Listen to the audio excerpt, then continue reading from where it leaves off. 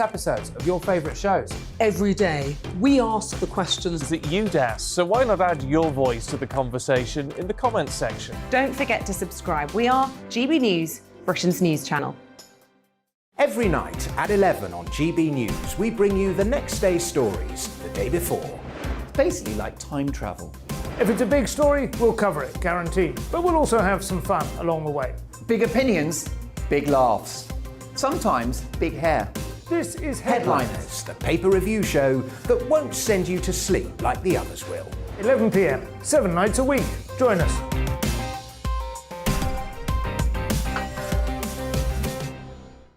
Hello there, I'm Eamonn Holmes. And I'm Isabel Webster. And we hope you can join us for Breakfast with Eamonn. And Isabel. You make me laugh out loud, belly laugh. Is that important first thing in the morning? Yeah, absolutely. And there's me trying to be deadly serious. News is a serious business. Yeah, I have to rein you in sometimes. Well, it doesn't stop us laughing at it. It doesn't stop us having an opinion on what's going on. Yeah. And it certainly will not stop us reflecting what you think. Weekdays from 6 to 9:30 on GB News. I'm Dan Wootton. Join me Monday to Thursday from 9 to 11 for the feistiest and most fun news debate on TV, where free speech reigns. I'll bring you a sharp take on the day's biggest stories, bombshell newsmaker interviews, and A-list guests. And I guarantee you, no spin, no bias, no censorship, and no reason to go to bed. That's Dan Wootton tonight, Monday to Thursdays from 9 on GB News.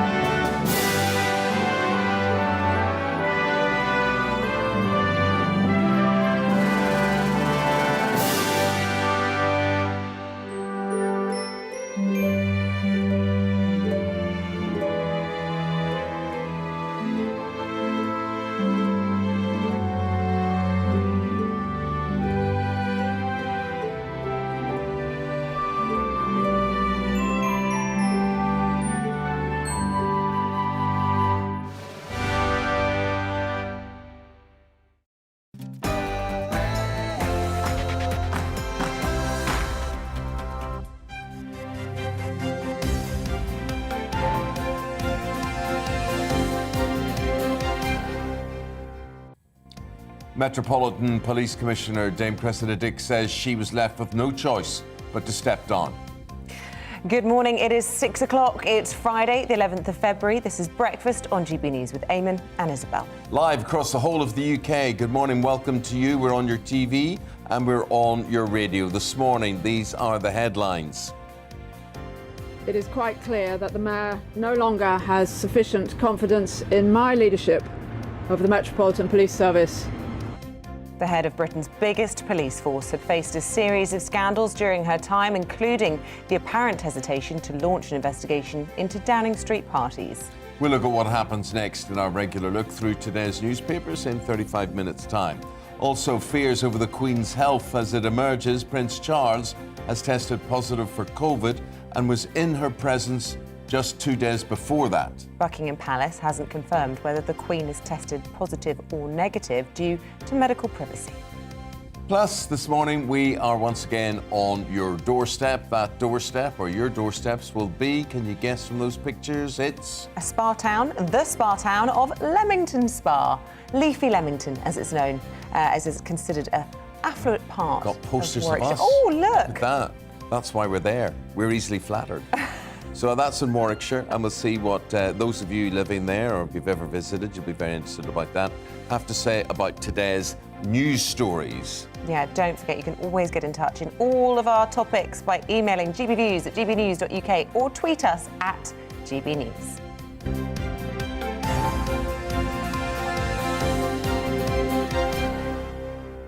OK, here's the big story all over the front of every newspaper today, and it concerns the Metropolitan Police Commissioner, Dame Cressida Dick. She is out of a job. She stepped down. Yeah, the head of Britain's biggest police force quit after losing the support of the London Mayor, Sadiq Khan, over her plans to reform the force following a string of scandals and accusations of a toxic working culture. Well, our Home and Security editor, Mark White, has this report. For months now, the pressure had been building on the UK's most senior police officer after repeated controversies within the Met undermined her leadership. In the end, it was London Mayor Sadiq Khan who effectively wielded the axe, telling the Commissioner she was on notice after yet more revelations of appalling behaviour among some of her officers. When he refused to give her his full backing, Dame Cressida said she felt her position was no longer tenable. He has left me no choice but to step aside. I say this with deep sadness and regret. Undertaking this role, a Crown appointment, as a servant of the people of London and the United Kingdom, has been the greatest honour and privilege of my life. Much of the recent pressure on Cressida Dick followed the fallout from the abduction, rape and murder of Sarah Everard by one of the Met's own officers. As appalling as that was, it was compounded by the Met's handling of the subsequent vigil, which descended into scenes of violence. Move back!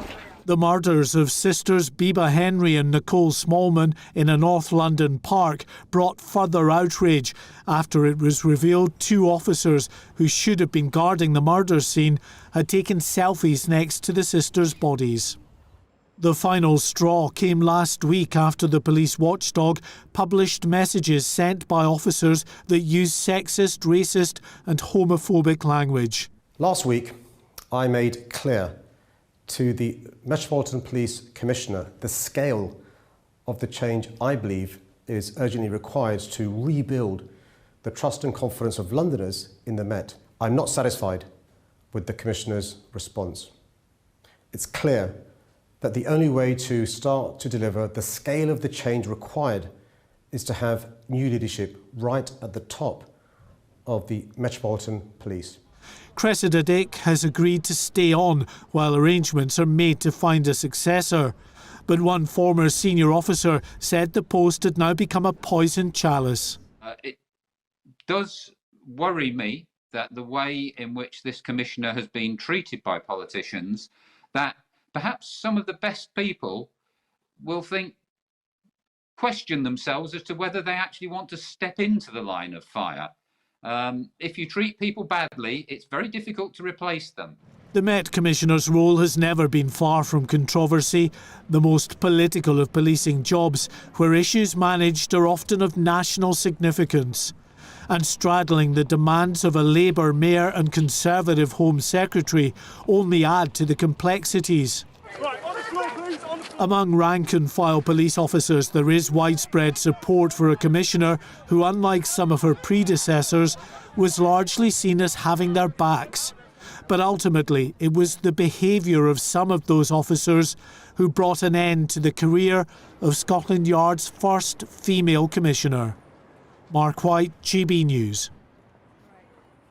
Well, that was Mark's report. In studio now, former Scotland Yard detective Peter Blexley on this one. Was it her time? Well, you were here a couple of days ago and you said the London Mayor, Sadiq Khan, had set a trap for her and that trap has snapped. It has indeed, and so Cressida has announced that she's going.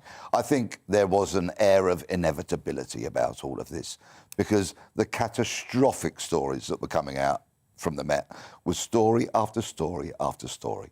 Public confidence shot to pieces for millions of Londoners, I'm sure, and clearly something had to be done. And you couldn't argue that was just a sequence of events and she was just unlucky? No, absolutely not, because her catastrophic lack of judgment over the Downing Street allegations, whereby she'd said they weren't going to investigate, and then, oops, a few weeks later, yes, we will, That led to the whole Sue Gray report, which really would never have happened if Cressida Dick had been authoritative. And in the first instance, allegations of crime, the police's job, we will investigate. So just explain a little bit about how this has all happened, because to be fair, the criticisms of her have been ongoing for some time, not least this time last year when the whole Sarah Everard disappearance really brought open a lot of the problems within the force. Why now, and how exactly is it that when the Mayor of London says they've lost confidence in the Met Commissioner, that would then trigger this? Because I believe the Queen appoints her, but also the Home Office have a say in it. Yeah, actually, the Queen's involvement is merely a ceremonial box-ticking exercise. The person who hires and fires the Commissioner of the Met is the Home Secretary. OK. So it is actually going to be Priti Patel's responsibility to hire the next Met Commissioner. However, of course, the Mayor of London serves as the Police and Crime Commissioner for our capital city. So there's a sort of a conflict and an uncomfortable kind of arrangement there. So in practical terms, when the Mayor of London says, you don't have my confidence, really, it's the end for the Commissioner, like it was back in 2008 when Boris Johnson, as the Mayor, wanted Sir Ian Blair out. So we've had two mayors who have been responsible or played a big part in those commissioners going. Where do you get a replacement from? Well, probably from the senior ranks of British policing, although it has been mooted in recent times that the Home Secretary might look abroad for a police leader. So not necessarily to have Metropolitan Police experience then? Not essential, right. Probably desirable to have had some experience of the largest police service in the UK. But yes, it has been suggested in the past that the Home Secretary might look abroad for a police leader, which would, of course, be an unprecedented step. Right. And who knows who we might get in there. And the Home Secretary, I suppose, will have to be very careful to make sure that this appointment doesn't look political, because her own government is being investigated by the Metropolitan Police. So whoever she appoints, she can't be seen to be choosing a puppeteer. No, and there's lessons to be learnt here by the next incoming Commissioner, because, of course, Cressida Dick's refusal to investigate the Downing Street allegations in the first instance made her look like a political pawn. Whether she was or not is irrelevant. That was the perception that so many people had. Policing and politics needs to be kept apart as much as it possibly can, because when police do politics, they get it wrong. Talk about perceptions. My perception is that she seems to have been popular with the rank and file within the force itself as regards the unions, the federation, whatever. Was that the case? Yes, amongst many, and also very popular amongst senior police officers, almost the length and breadth of the UK. There's been a huge outpouring of praise for her on social media in the last 12 hours or so. But therein lies part of the problem for me. Because clearly there were major issues at the Met that need to be tackled, that are complex, that won't be solved overnight. But there seems to be no admission of this at all. There's just this sycophanting outpouring and closing of ranks where all the senior cops want to protect each other. And what we need in the 21st century is senior police officers, in fact, all police officers who are courageous enough to look in the mirror and say, am I being the best cop? Are we doing this the best way? Are we serving the public, or are, in certain circumstances, we serving ourselves? And until we get that honesty, we're going to be continually mired in the dreadful situations that we've seen of late. Top of whoever comes in as their inbox? Rank and file. Get them on board. Training, recruitment, selection, mentoring, supervision, management. It's a very big to-do list. And culture. Culture, of course, but that comes on the back of what I was talking about. If you select the right people, you train them properly, and you manage them and supervise them properly, the culture follows. The culture will be there. Let's not put the cart before the horse. Right, OK. Peter, really appreciate it. Thank you very much indeed. Peter Blexley, there's your former Scotland Yard detective, and that's his insight into the Met, who should succeed Cressida Dick and why she went. Thank you very much indeed. The headlines continue like this. Buckingham Palace has refused to confirm whether the Queen has tested positive for coronavirus after she had direct contact with Prince Charles, who tested positive yesterday. It's thought Her Majesty currently has no symptoms after spending time with the Prince of Wales on Tuesday. The Defence Secretary heads to Moscow today to meet his Russian counterpart. Ben Wallace is hoping to make clear that Russia invading Ukraine would be a lose-lose situation. It's after the Foreign Secretary Liz Truss met with her opposite number in Moscow fairly unsuccessfly yesterday.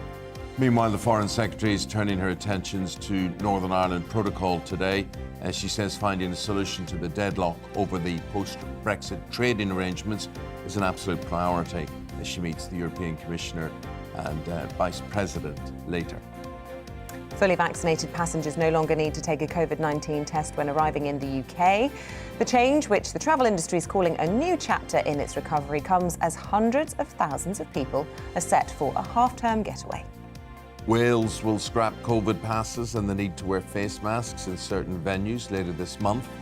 The First Minister, who's tested positive for COVID, will confirm the changes later today after case numbers have fallen.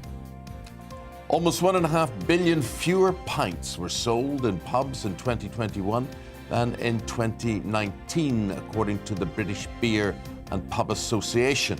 That's down 38% from pre-pandemic levels as people shifted to wine and spirits during lockdown.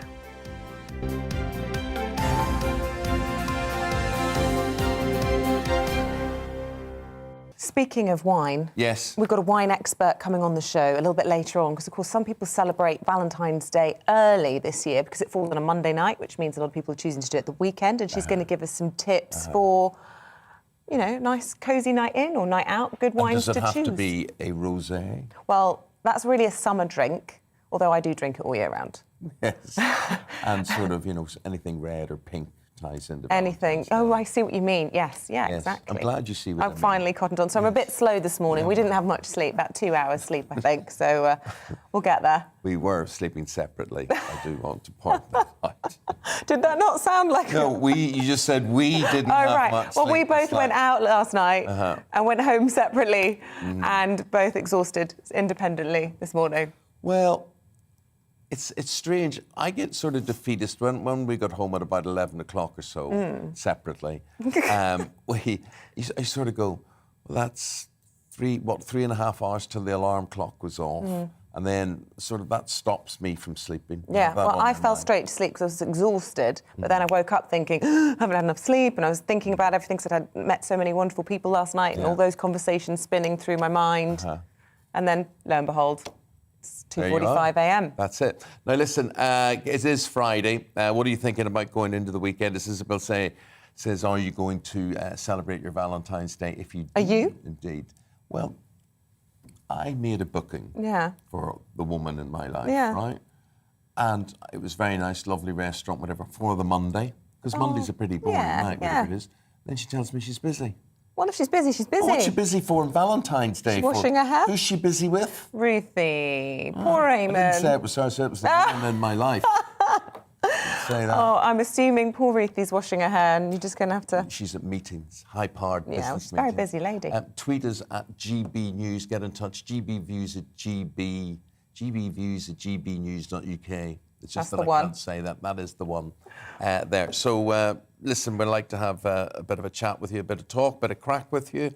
We're here until 9:30, and we'll get friendlier as the show goes on because, as Isabel said, the alcohol will be available after 9:15 this morning. But at the moment, it is 6:15. Coming up, we're talking tensions in Ukraine with the Defence Secretary Ben Wallace set to meet with his Russian counterparts in Moscow. More on that after your weekend forecast.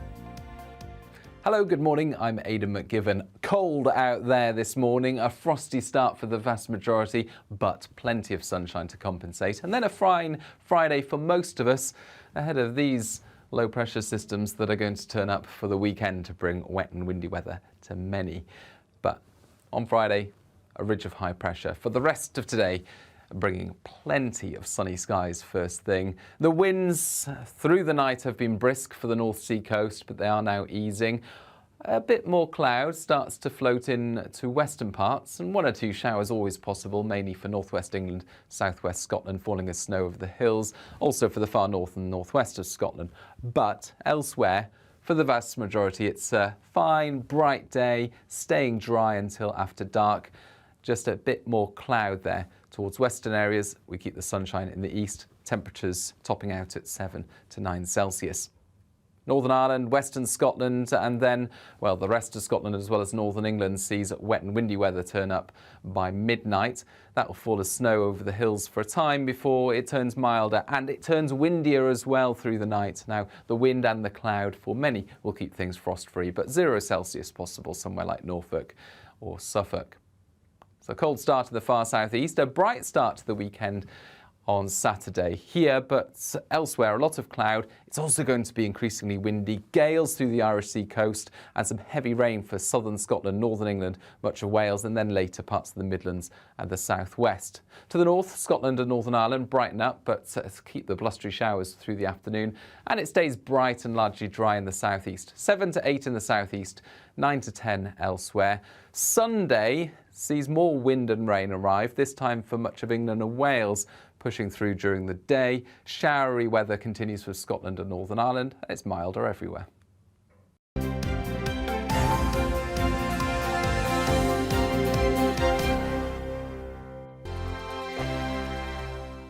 GB News is the UK's home of discussion and debate from all perspectives. To stay up to date on the latest stories, make sure that you subscribe to the GB News channel right here on YouTube. You can watch us live 24/7 across the whole world. You can also check out exclusive content and catch up on previous episodes of your favourite shows. Every day, we ask the questions that you'd ask, so why not add your voice to the conversation in the comments section? Don't forget to subscribe. We are GB News, Britain's news channel. Every night at 11 on GB News, we bring you the next day's stories the day before. It's basically like time travel. If it's a big story, we'll cover it, guaranteed. But we'll also have some fun along the way. Big opinions, big laughs. Sometimes big hair. This is Headliners, the paper review show that won't send you to sleep like the others will. 11 p.m, 7 nights a week. Join us.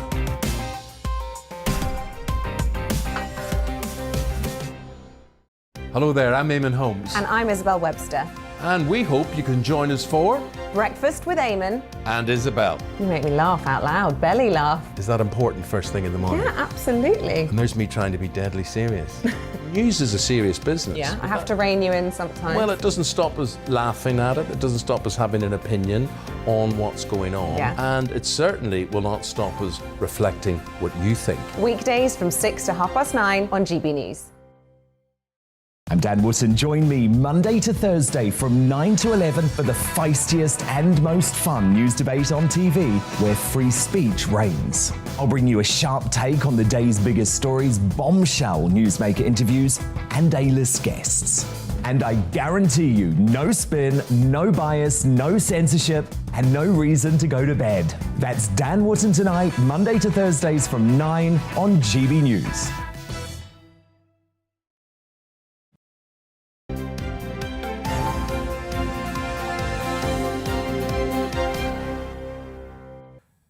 Very good to see you again. 6:20 is the time. This is Breakfast with Eamonn and Isabel on GB News. Tensions between Russia and Ukraine are still growing, with the UK's Defence Secretary Ben Wallace set to visit Moscow today. OK, here is the latest on this developing situation. After many weeks of Russia's military build-up, this is Ukraine's response. Large-scale exercises on its eastern border. It is proof, if any were needed, that despite Russia's obvious military might, a conflict with their neighbour would be no easy win. NATO allies in the region are also continuing to shore up their defences. In Poland, a further 350 Royal Marines have now arrived to bolster the 300 British troops already here as part of the UK's enhanced forward presence. The Prime Minister was here to greet them, demonstrating, he said, the UK's determination to stand by its allies. Boris Johnson said if Russia is truly concerned about NATO's growing presence in Eastern Europe, then their actions in threatening Ukraine are somewhat self-defeating. The West as a whole will strengthen NATO's eastern frontiers rather than the reverse. And I think Putin, the Kremlin, should understand that if they want less NATO on their western borders, as it were, this is entirely the wrong way to go about it. At the Crimean port of Sevastopol, more Russian naval vessels are arriving by the day. The military manoeuvres here, far from dissipating, are growing in intensity.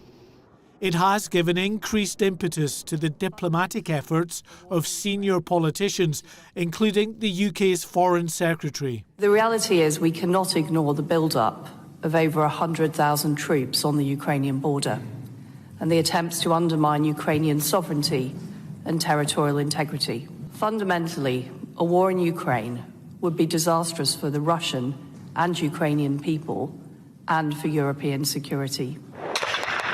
Today, it's the turn of the UK's Defence Secretary to visit Moscow.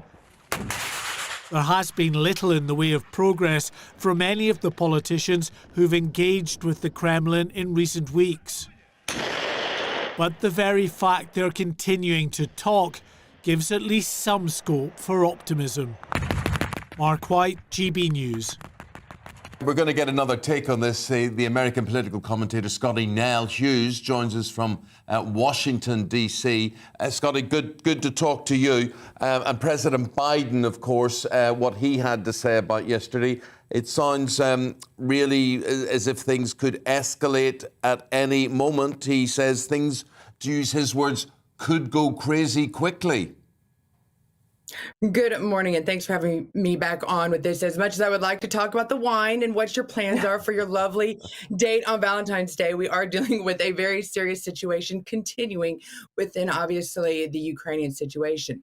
In this case, however, I think you said it right there. You could escalate, could go crazy quickly. I'm sorry. I think that's why a lot of people have a lot of mistrust in what's actually happening in the border right now. When we have the president of the United States saying things could go crazy is the diplomatic term that he's using, and the fact that at the same time he's also deploying Kamala Harris to go do his diplomatic representation in Munich, Germany at the Security Council in February, late February, around February 18th to 20th to the 20th, a week away. It shows that this is not about finding solutions. This is about actually making this go on and on and on.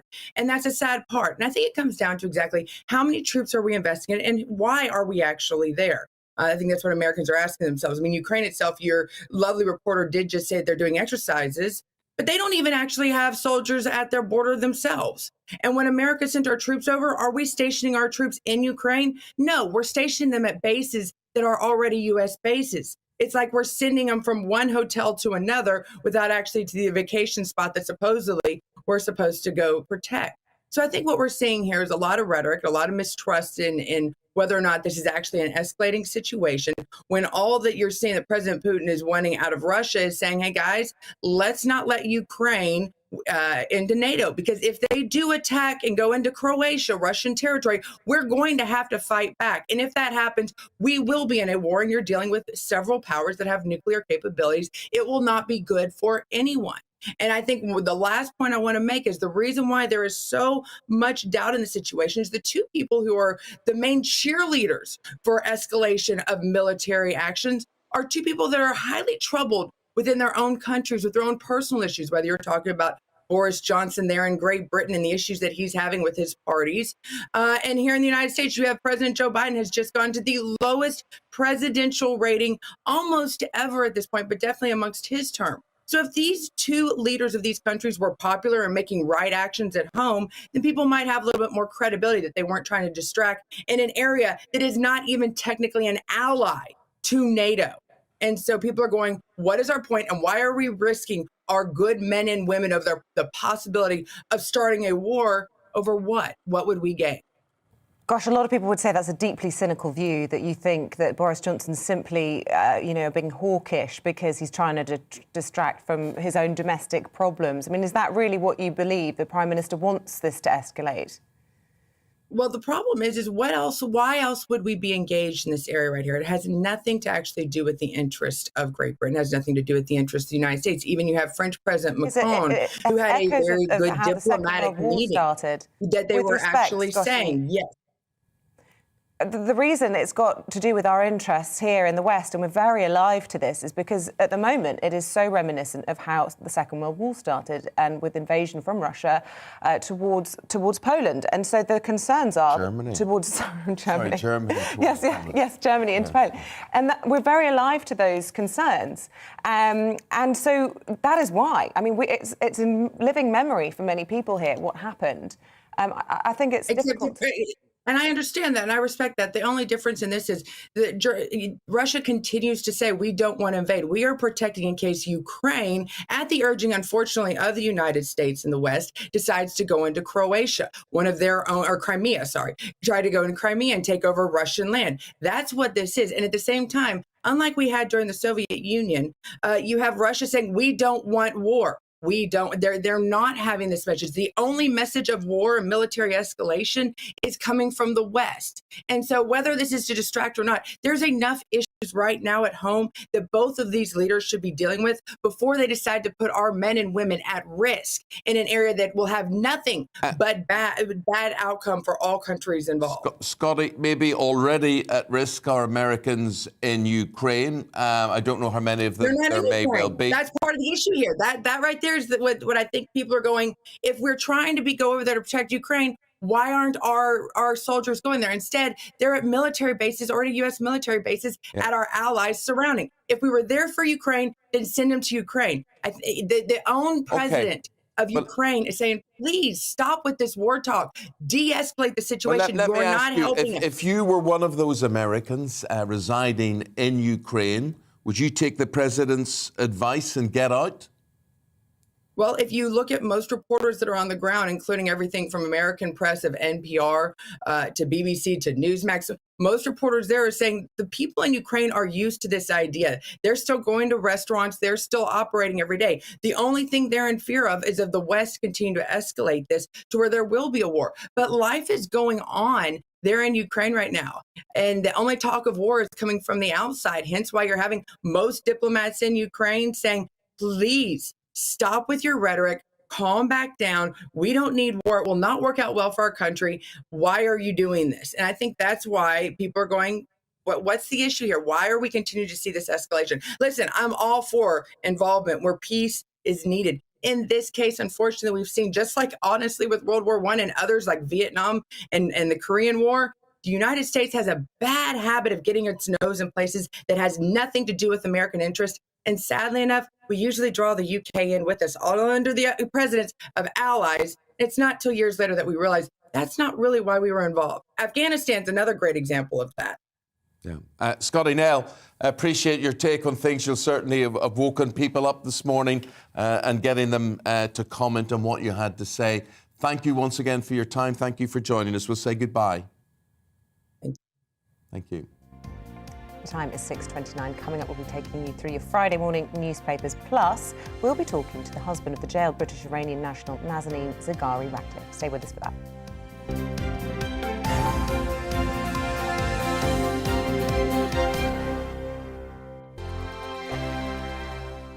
GB News is the UK's home of discussion and debate from all perspectives. To stay up to date on the latest stories, make sure that you subscribe to the GB News channel right here on YouTube. You can watch us live 24/7 across the whole world. You can also check out exclusive content and catch up on previous episodes of your favourite shows. Every day, we ask the questions that you'd ask, so why not add your voice to the conversation in the comments section? Don't forget to subscribe. We are GB News, Britain's news channel. Every night at 11 on GB News, we bring you the next day's stories the day before. It's basically like time travel. If it's a big story, we'll cover it, guaranteed. But we'll also have some fun along the way. Big opinions, big laughs. Sometimes big hair. This is Headliners, the paper review show that won't send you to sleep like the others will. 11 p.m, 7 nights a week. Join us.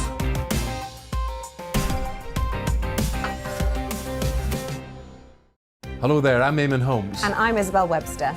And we hope you can join us for Breakfast with Eamonn and Isabel. You make me laugh out loud, belly laugh. Is that important first thing in the morning? Yeah, absolutely. And there's me trying to be deadly serious. news is a serious business. Yeah, I have to rein you in sometimes. Well, it doesn't stop us laughing at it. It doesn't stop us having an opinion on what's going on. Yeah. And it certainly will not stop us reflecting what you think. Weekdays from 6 to 9:30 on GB News. I'm Dan Wootton. Join me Monday to Thursday from 9 to 11 for the feistiest and most fun news debate on TV, where free speech reigns. I'll bring you a sharp take on the day's biggest stories, bombshell newsmaker interviews, and A-list guests. And I guarantee you, no spin, no bias, no censorship, and no reason to go to bed. That's Dan Wootton Tonight, Monday to Thursdays from 9 on GB News.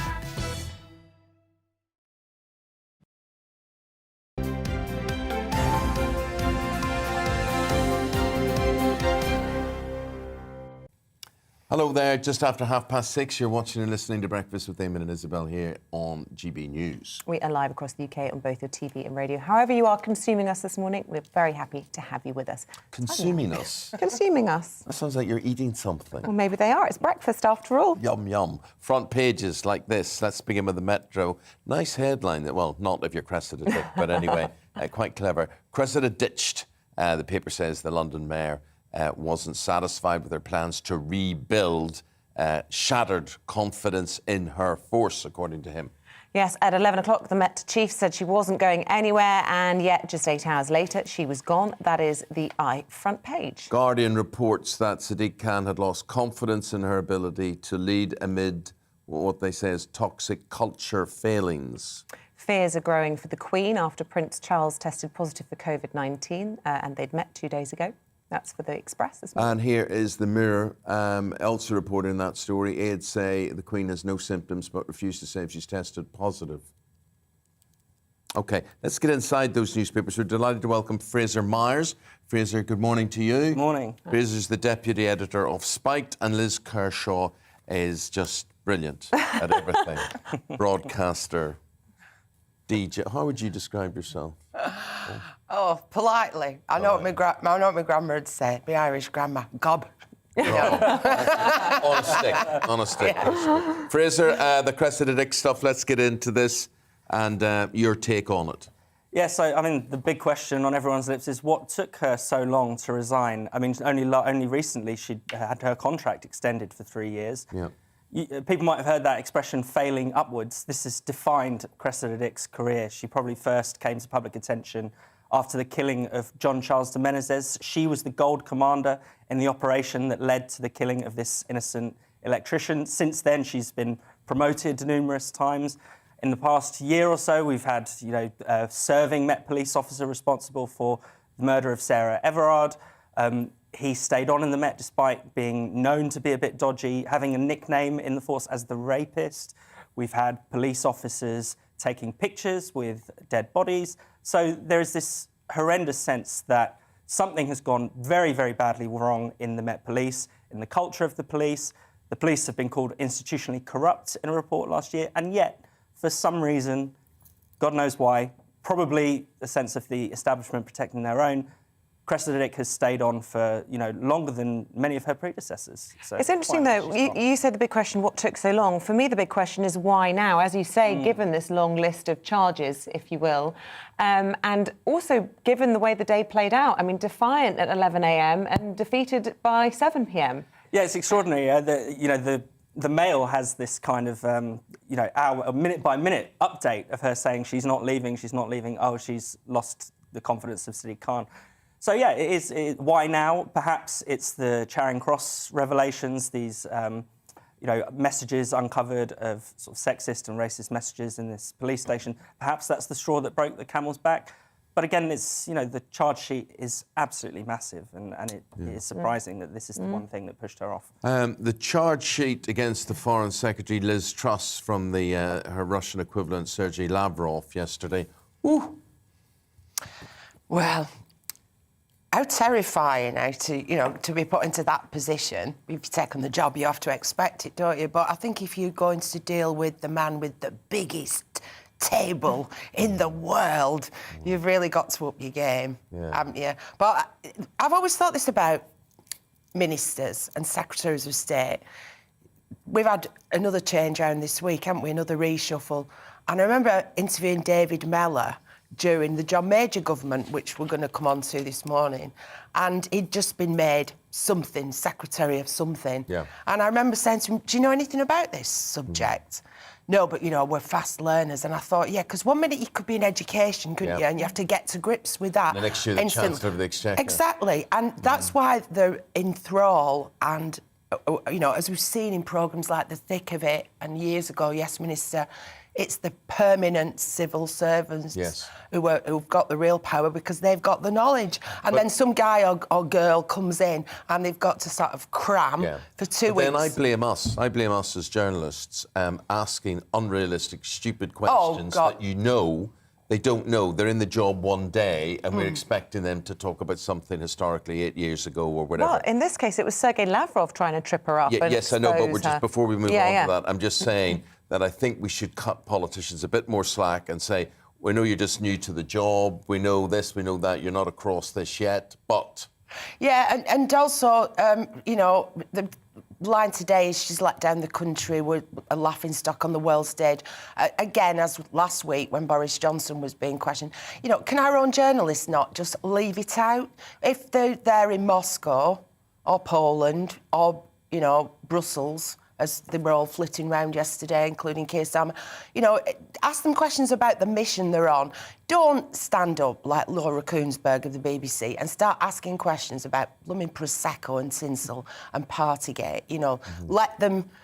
Yes, they have to be accountable. Let them do the job in hand. Isabel, how would you have responded? Lavrov across the table, you're the Foreign Secretary, and you're hit with those sort of insults, or do we assume that her performance was that bad? Well, I think diplomacy is probably not my strong point, and I think if someone insulted me, I would really struggle to find the right words, because obviously you don't want to trigger a war, but he was very provocative. Yeah. But it was interesting because we talk about how they change positions in this country very quickly, the portfolios switch around. Sergei Lavrov, because it isn't a truly democratic country, has been sat there for decades, and that exposes the difference between the two systems, doesn't it? You've got one who's so entrenched, knows every argument, can trip you up backwards, and then you've got someone new to the job.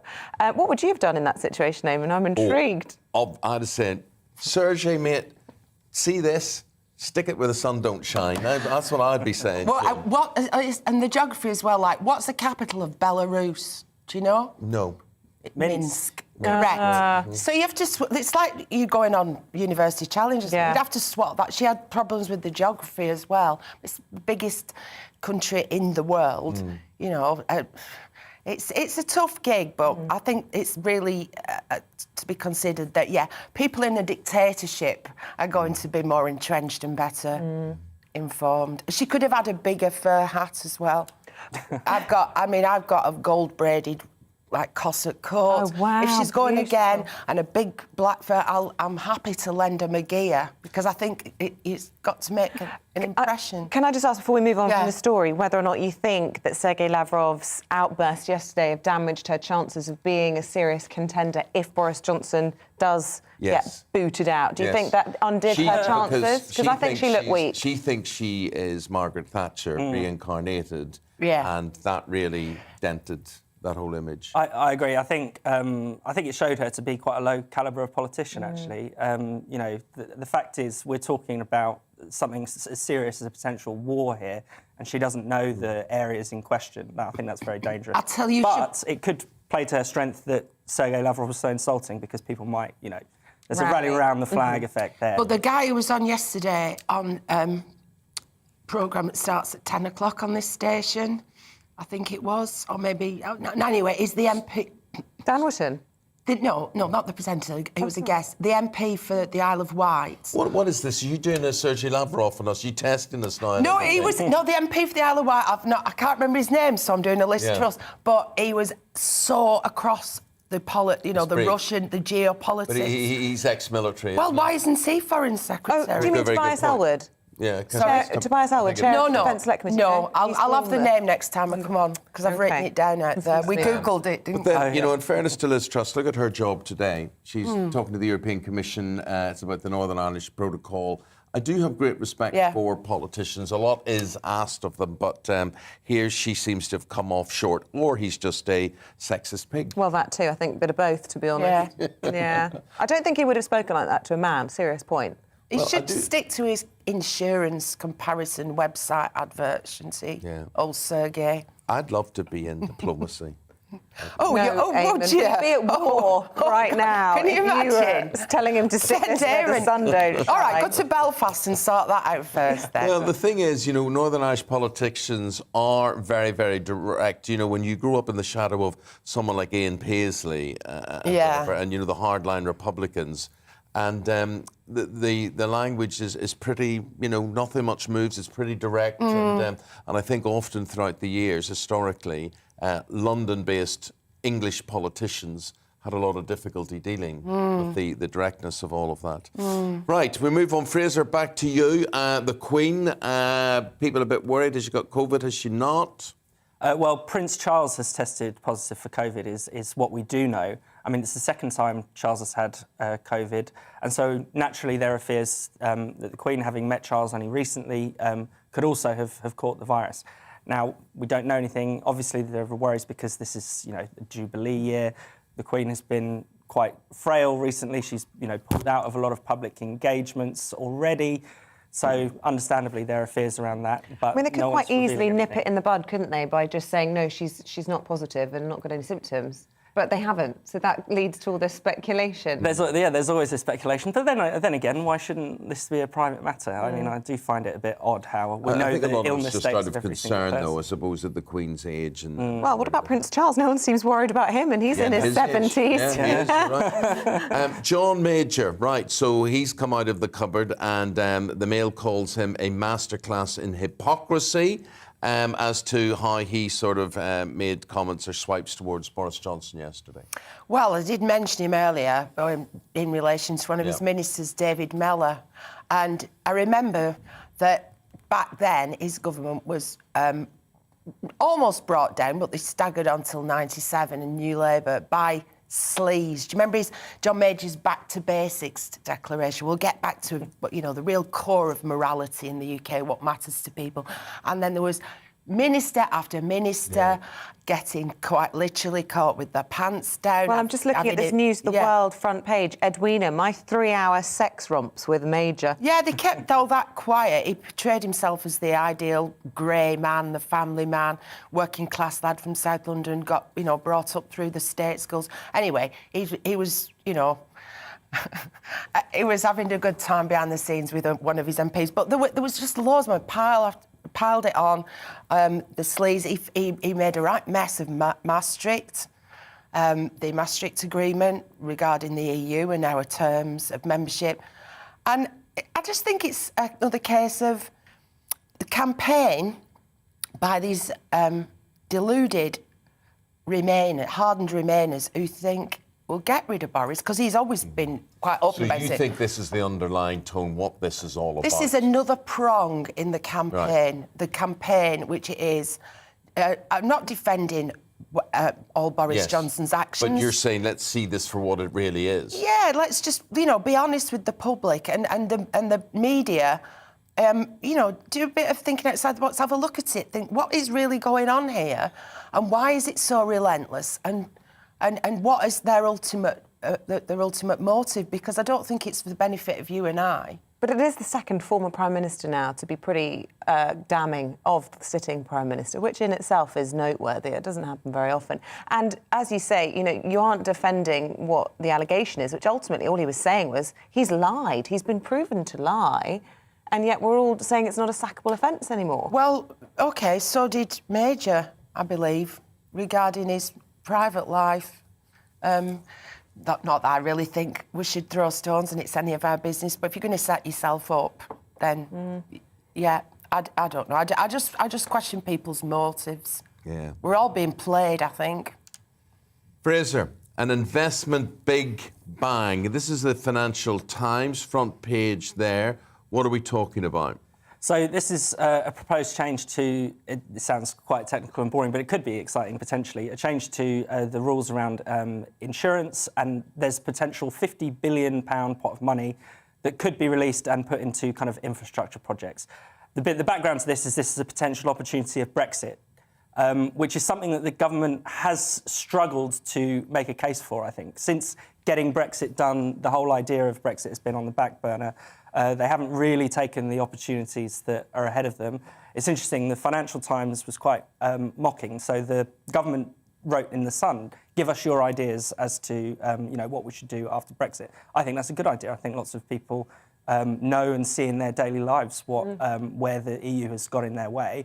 FT very scathing about this. What do ordinary people know? Isn't this whole Brexit thing silly anyway?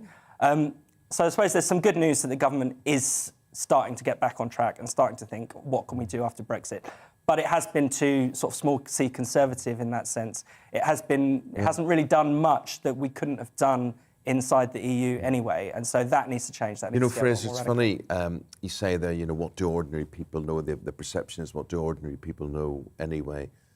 We have been surprised day after day, don't we, when we get people's views. Sue yesterday was absolutely Incredible. brilliant. Common sense. She was Across knowledgeable. her brief. Exactly. She was wise.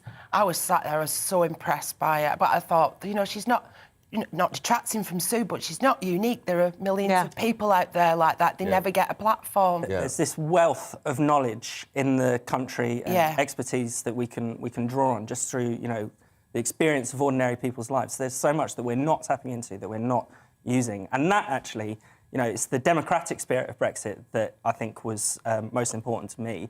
And we should be, hearing a lot more from ordinary people and their... Okay. Doggies, and particular Yorkshire. What have you picked me for this? Muddy dog. Page 3 off the mail. Wow. Well, apparently if you take a Yorkshire Terrier out for a walk, they hoover up more mud in relation to their own body weight than any other dog. Well, surely the bit's low slung, aren't they? Long, hairy, little scurrying scrabster. But there must be a reason for that, because dogs, for instance, I mean, they rub themselves in the earth or to pick up fox poo or whatever, because they want to then smell like a predator that is bigger than them. Yeah. So if you've got a small dog, it will rub itself in fox poo so that it smells like a fox. My mum had a Shih Tzu, and it was always caked with stuff. No, that's a breed. Yeah, got it. Yeah. It was always caked with stuff. I mean, we always had dogs as kids, and I loved them, and I understand people's precious relationships with pets, but I'm a bit Howard Jones towards dogs, Like, what do you mean? Well, like, where have they been, and what's that hanging from the ring tail? You wouldn't be one of these people that would kiss their dog, for instance. Oh, when you let them slobber all over you. No, and if I took a dog out for a walk and it had done its business on the field,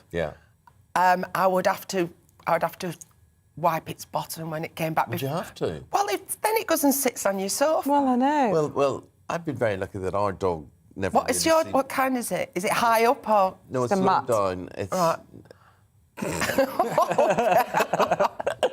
My dog happens to be an adopted dog, a stray dog, but it's a cross. I got a DNA test done on her, and she's a cross between a border collie and a sausage dog. Oh, really? That would have been an interesting night out. So she looks like a black fox, really, and she's a very clean bottom. I've never noticed her bottom not being clean. Do you let her snog you? Tongies and stuff? Yes, he does. He loves to snog his dog. I would be aware, though, if she's been in the park or whatever, she's done a lot of bum sniffing, so you would be aware. My eyes are watering. I know exactly what you like. So the Muddy Mutts are... top 10. Yeah, top 10. Number 10, a Bernese Mountain Dog, which sounds very big. Then a Sprudel, which is a cross between a Springer and a Poodle. A Cockapoo, a Cavapoo, a Cocker Spaniel, a Leonberger. Ooh. Never heard of one. Heard of Sounds that. like a sort of... Something you would eat. Yeah. Yeah. A St. Bernard, massive. Border Collie, Bearded Collie. But the Yorkshire Terrier is the one that rolls in the mud most, brings back more mud. So there you go. Lovely. Guys, for the moment, thank you very much indeed. Fraser and Liz will be back in an hour's time with more reflections on what is in your papers on this Friday morning. Yeah, but do get in touch this morning. We want to know all your views on the stories we've been talking about this morning, whether it be Cressida Dick or whether it be, indeed, how muddy your pup is. Get in touch, GBNews at GBViews, or you can tweet us at GBNews. Indeed, how you're going to maybe spend or celebrate or mark the occasion of St. Valentine's Yes, Day. it's on Monday, and of course when it falls on a Monday, it's not that conducive to socialising. Lots of people choosing to celebrate early. I'm going to be celebrating on Sunday. Are you? Yeah, can't tell you what I'm doing because it's a surprise. Good. Yeah. You doing it with your husband? Yes, That's obviously. good. That's nice to hear. It's nice to hear. I do think, though, that Monday gives people an opportunity because it's a dull day. Monday is a dull day. Yeah. If it wasn't for football, Monday night football, what really would Monday be? What would be the Yeah, point it's of a Monday? miserable day, isn't it? Start of the working week. Let us know your Valentine's the plans. time is 8 minutes now before 7. A very good morning to you. Right, what are we going to next? I'm just asking because I think there's some debate going on. We are going on to talk about Nazanin Zaghari Ratcliffe. She, of course, has been in the headlines again this week during PMQs on Wednesday. Her constituency here, MP here in London, mentioned during PMQs that there was a deal to try and secure her release. Well, I'm pleased to say we are joined by Richard Ratcliffe, her husband, who joins us in the studio. Very good morning to you. Look, when was the first you became aware of this deal then?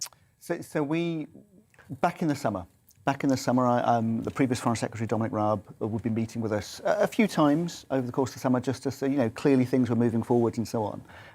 And then suddenly we had a meeting with him in early August, just before we went on the famous holiday. He was much more ashen-faced and things had fallen apart. The fact that an agreement had been signed came out from the Iranian side, and there were sort of various tweets that were put out by their lead negotiator, Deputy Foreign Minister, and then later on our MP met with their ambassador and explained. Okay. So that was from the Iranian side. So part of what we were explaining, is this true? Was it? So actually the Prime Minister confirming that, yeah, there had been an agreement and it fell down. And for me, I mean, in some ways it was a good thing that obviously we were close, which means we could be close again. There are negotiations that happen in Vienna at the moment, and that's something to hold on to. Nazanin obviously took it a bit more angrily that hang on, I could have been home. Well, it's another false dawn for her, isn't it? And there have been so many on this journey. Just explain a little bit, for anyone who hasn't followed this case closely, exactly what this deal was related to, because there's this debt that we owe from 1979. Why is this now being discussed in 2022? And, where does the money come from? And will this be, a good faith agreement? Will they actually come forward and produce your wife in turn? Good question. So many questions. So that's right, that Nazanin was taken, and there was a story that was put out around the fact that she was overthrowing the regime, which was nonsense because she was on holiday, was taken in 2016. And the reason she was taken in 2016 was because there was a long-running dispute between Iran and the UK over some money that the UK owes to Iran. And the reason we owe it is because back in the day we sold Iran some tanks. They had a revolution. We didn't give them the tanks because it went from being an ally to no longer an ally. Throughout the Iran-Iraq war, they wanted the tanks. Afterwards, they wanted their money back, and a long court battle that got very acrimonious, and sanctions and so on. And so that's how we got taken as leverage, and that's because that worked with the US on a different case. And it's been in the shadows all along, as sort of like us used as a percussion instrument, essentially, to put pressure on the British government and others as well. And for the longest time, the British government didn't want to acknowledge the link and didn't want to move forwards.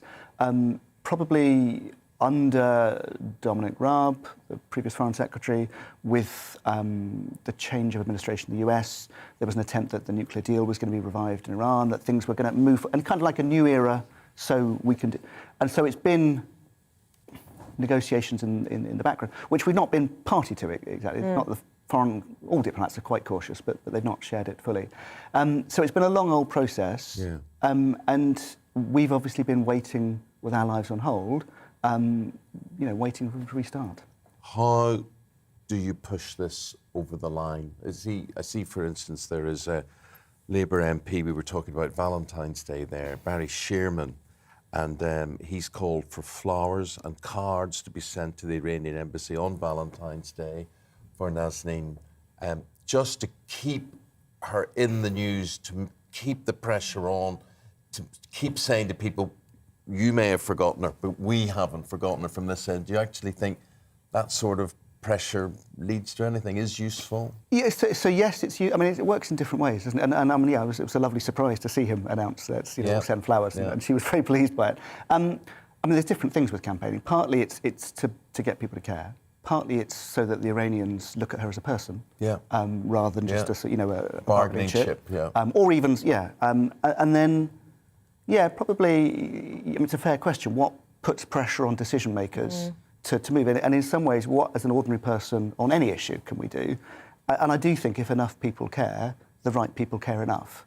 And so actually that sort of volume of people just saying this matters. You can't leave an innocent British citizen being used in this way. That's the job of government. First job is to protect. It helps. Well, the Prime Minister's response to the question in PMQs was, we remain committed to securing the release of Nazanin in all the very difficult consular cases we have in Iran. She knows the debt is difficult to settle and to square away for all sorts of reasons to do with sanctions, but we will continue to work on it. Now, you say she responded to that angrily. And I just wonder, you've been through so much over the years now with this. Of course, your daughter has finally been able to come over and be with you, Gabriella. How's she coping with all of this? Yeah, well, so when this started, she was just less than 2. So in some ways, that's quite traumatic when you're that small to be taken away from your mum. Certainly very traumatic for the poor mum. But she's young enough that that's all she's known. Obviously, coming back to the UK and she was 5. That was a big adjustment. And she does ask, well, when's mummy coming home? And well, why my mummy? And well, what? And so for instance, last autumn I did a hunger strike. I think you guys came down and interviewed a couple of times, and that was very disruptive for her. She refers to it as your stupid hunger strike because it didn't work. So there's that kind of simple child's logic, which is why is this happening? When is it going to be sorted? And also, in the meantime, when are we going to go swimming? When are we going to, the fun stuff that the realities not on hold. for children, they're incredibly resilient. So this is just now a pure financial issue, is it? Yes, I think it always has been. I think the complexity now is as I mentioned, there are these negotiations for the nuclear deal happening in Vienna, and there's a way in which Nazanin is a bargaining chip in that one transactional problem between the US and between the UK and Iran, but it's also now part of the mix of all those different multilateral kind of pushes and pulls for sanctions. So Iran is doing it with Nazanin and with a number of Brits, Europeans, Americans, trying to get different things off different countries and probably trying to break the stranglehold it feels it's under. So it is that simple, but probably part of the reason why we've had to wait 6 months is because the UK is negotiating with the Americans, wants to bring the Americans home as well, which makes it more complicated for us. Yeah, of course. Well, your life since 2016, I mean, it's been very different, very different, and so many aspects of it just on hold that I'm sure you've felt, although you've been doing things and you've been active, you haven't been living a life, though, it's a stunted life in many ways. And I remember that when Gabriella came back, I had to learn to be a dad again because I'd spent the time being a campaigning dad, but not a real dad. Where like literally bedtimes, dinner, all the things. Well, there were language barriers when she first came back. The language barriers, and certainly, the language barriers. But also, you have to kind of earn the right to have your child's trust and to enforce bedtimes and the rest of it. And I mean, she would rail in different ways. And there'll be a recovery for us when we're back together as a couple, and it's a long time to be apart. And my boss would be happy when I come back to work properly, rather than sort of distracted off on television studios and the rest of it. Well, you've been a wonderful husband. Is there a date? Is there anything you've got in mind where you think this is going to be sorted this year, this month? Is there? It's really hard now. So last year it was the end of Nazanin's sentence, so we were counting down to that. When we went through that, it was like, gosh, we're into open water now. And she was given another year last year. Well, that's due to be up next month. So is it going to happen? Is it not going to? I mean, I think probably there are these negotiations going on. They will stop in a couple of weeks. We'll get a sense of, does that mean that things are going to happen for us soon? Or does it feel like it's all getting frosty again? And so it's like we'll either get home soon or we've got a long time to run, I think. Well, it's shameful. Unfortunately, we've run out of time. Good luck to you, Richard. Thank you. Yeah, come back and keep us posted, won't you? Well, we look forward to the day when we can interview both of you. Maybe even Gabriella as well. Oh, that would be lovely. Do that. Thank you very much indeed. Thank you, Richard. Richard Ratcliffe there, about his wife Nazanin, that ongoing saga. It's exactly 7 o'clock. What we'll do is we'll take a break and then we'll be back right after this. Step away.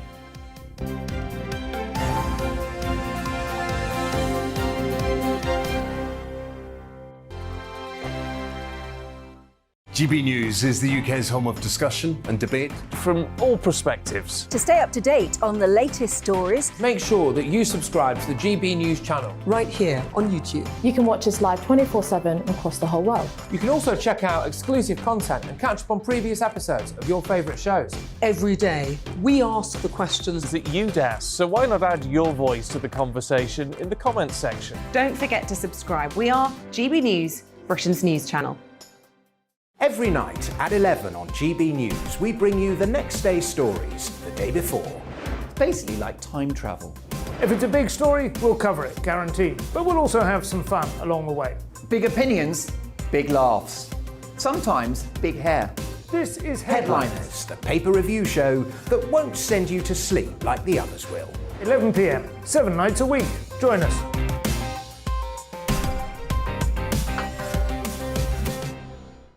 Hello there, I'm Eamonn Holmes. And I'm Isabel Webster. And we hope you can join us for Breakfast with Eamonn and Isabel. You make me laugh out loud, belly laugh. Is that important first thing in the morning? Yeah, absolutely. And there's me trying to be deadly serious. News is a serious business. Yeah, I have to rein you in sometimes. Well, it doesn't stop us laughing at it. It doesn't stop us having an opinion on what's going on. Yeah. And it certainly will not stop us reflecting what you think. Weekdays from 6 to 9:30 on GB News. I'm Dan Wootton. Join me Monday to Thursday from 9 to 11 for the feistiest and most fun news debate on TV, where free speech reigns. I'll bring you a sharp take on the day's biggest stories, bombshell newsmaker interviews, and A-list guests. And I guarantee you, no spin, no bias, no censorship, and no reason to go to bed. That's Dan Wootton tonight, Monday to Thursdays from 9 on GB News.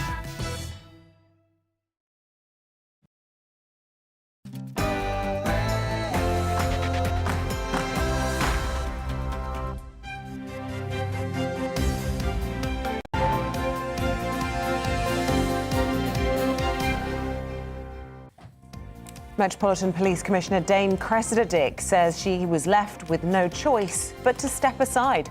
A very good morning to you. 3 minutes past 7. It is Friday, the 11th of February. This is Breakfast on GB News with Eamonn and Isabel. We're live across the whole of the UK on both your TV and your radio. Wherever you are, you can take us with you. Here's what you're waking up to this morning. The head of Britain.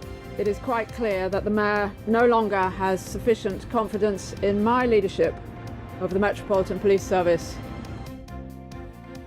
Well, as you can see from all of those newspapers, Cressida Dick has been forced to resign. She had faced a series of scandals during her time, including the apparent hesitation to launch an investigation into the Downing Street parties. And then when she did launch it, that impeded the publication of the Sue Gray report. We'll look at what happens next in our look at the newspapers, which will be in half an hour's time. Also this morning, fears over the Queen's health as it emerges Prince Charles, who's tested positive for COVID, was in her presence 2 days before. Buckingham Palace hasn't confirmed whether the Queen's tested positive or negative due to medical privacy. Plus, we're on your doorstep, and your doorstep today will be in Leamington Spa in Warwickshire, or Leafy Leamington as it's known. It's considered a very, very pleasant place to live.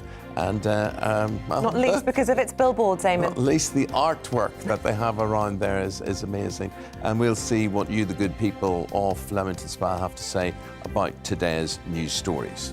And as always, we want you to join in our discussion. So email us gbviews@gbnews.uk or tweet @gbnews.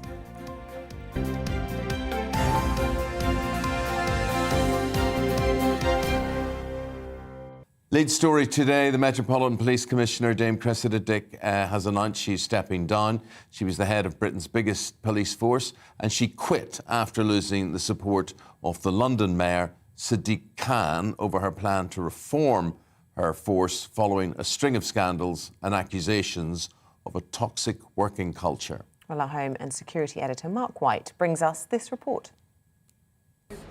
For months now, the pressure had been building on the UK's most senior police officer after repeated controversies within the Met undermined her leadership. In the end, it was London Mayor Sadiq Khan who effectively wielded the axe, telling the Commissioner she was on notice after yet more revelations of appalling behaviour among some of her officers. When he refused to give her his full backing, Dame Cressida said she felt her position was no longer tenable. He has left me no choice but to step aside. I say this with deep sadness and regret. Undertaking this role, a Crown appointment, as a servant of the people of London and the United Kingdom, has been the greatest honour and privilege of my life. Much of the recent pressure on Cressida Dick followed the fallout from the abduction, rape and murder of Sarah Everard by one of the Met's own officers. As appalling as that was, it was compounded by the Met's handling of the subsequent vigil, which descended into scenes of violence. The murders of sisters Biba Henry and Nicole Smallman in a North London park brought further outrage after it was revealed 2 officers who should have been guarding the murder scene had taken selfies next to the sisters' bodies.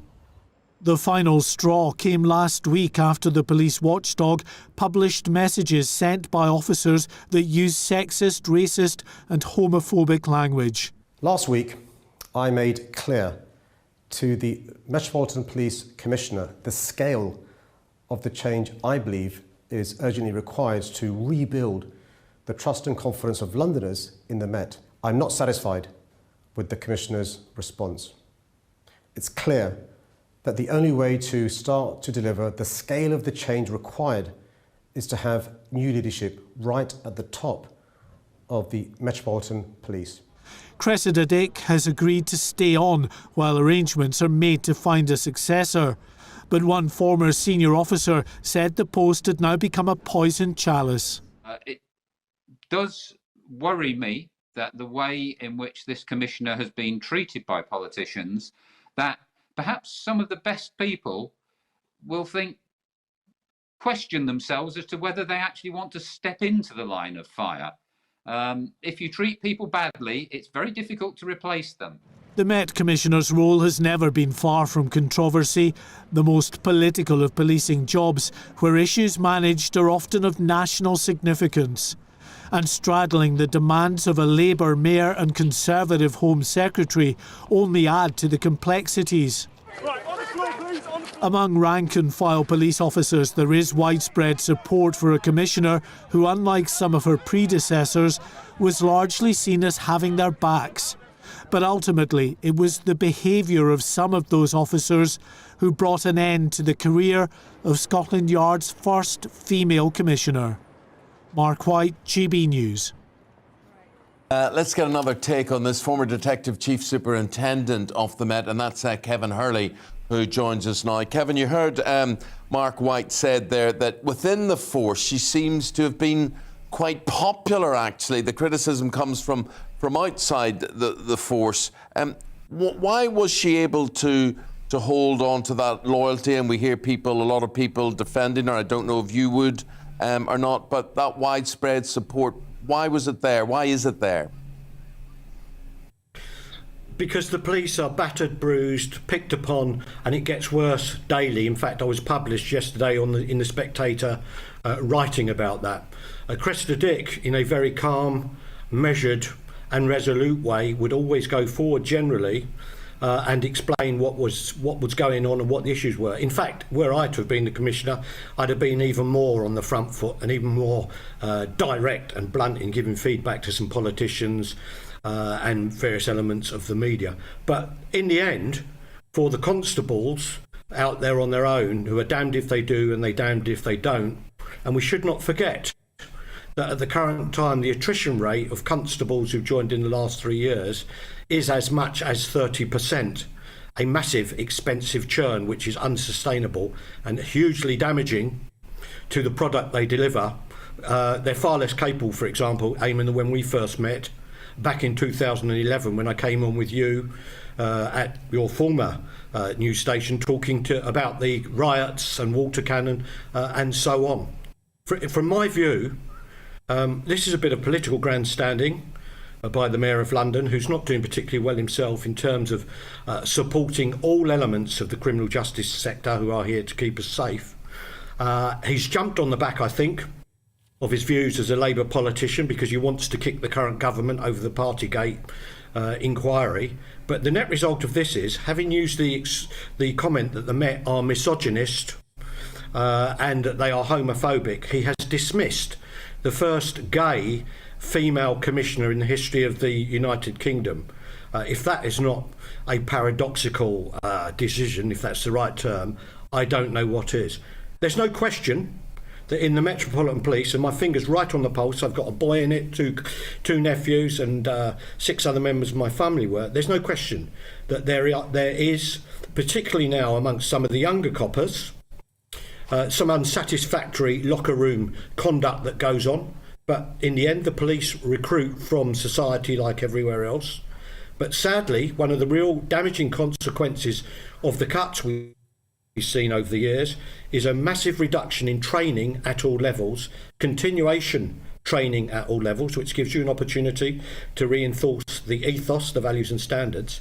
But even more important, as the police have tried to squeeze as many people out on the beat as they can, they've cut the chief superintendents, the chief inspectors and sergeants, which means that there's almost now no one guiding what I would describe as the semi-blind policing the streets of London in terms of what they know.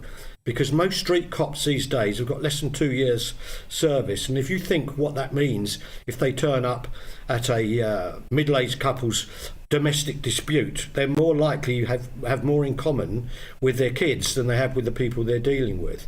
And the real example of that is if we go back to that example of 6 years ago, a year and a half before Dame Cressida Dick even joined the Met, of the incident in a small section of a very large team at Charing Cross Police Station, where 2 police officers subsequently rightly got dismissed for what they were sending out to colleagues on an internal private WhatsApp, and rightly other colleagues exposed them and got them investigated. If you go back to that team, they had 1 inspector to supervise 120 of them 24/7. You split that up into 6 shifts, think how often they would ever see their inspector, or if indeed he or she even knew their name.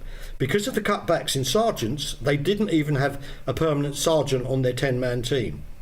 Okay. If that's what we're doing, hollowing out the police, not only its heart and soul, but levels of training, management and supervision, we should not be surprised that when partially trained young people are taken off the street, given a bit of training and then given huge powers over us, some of them continue to carry on with the unsatisfactory, misogynistic, homophobic or whatever views they may hold. Point well made, Kevin.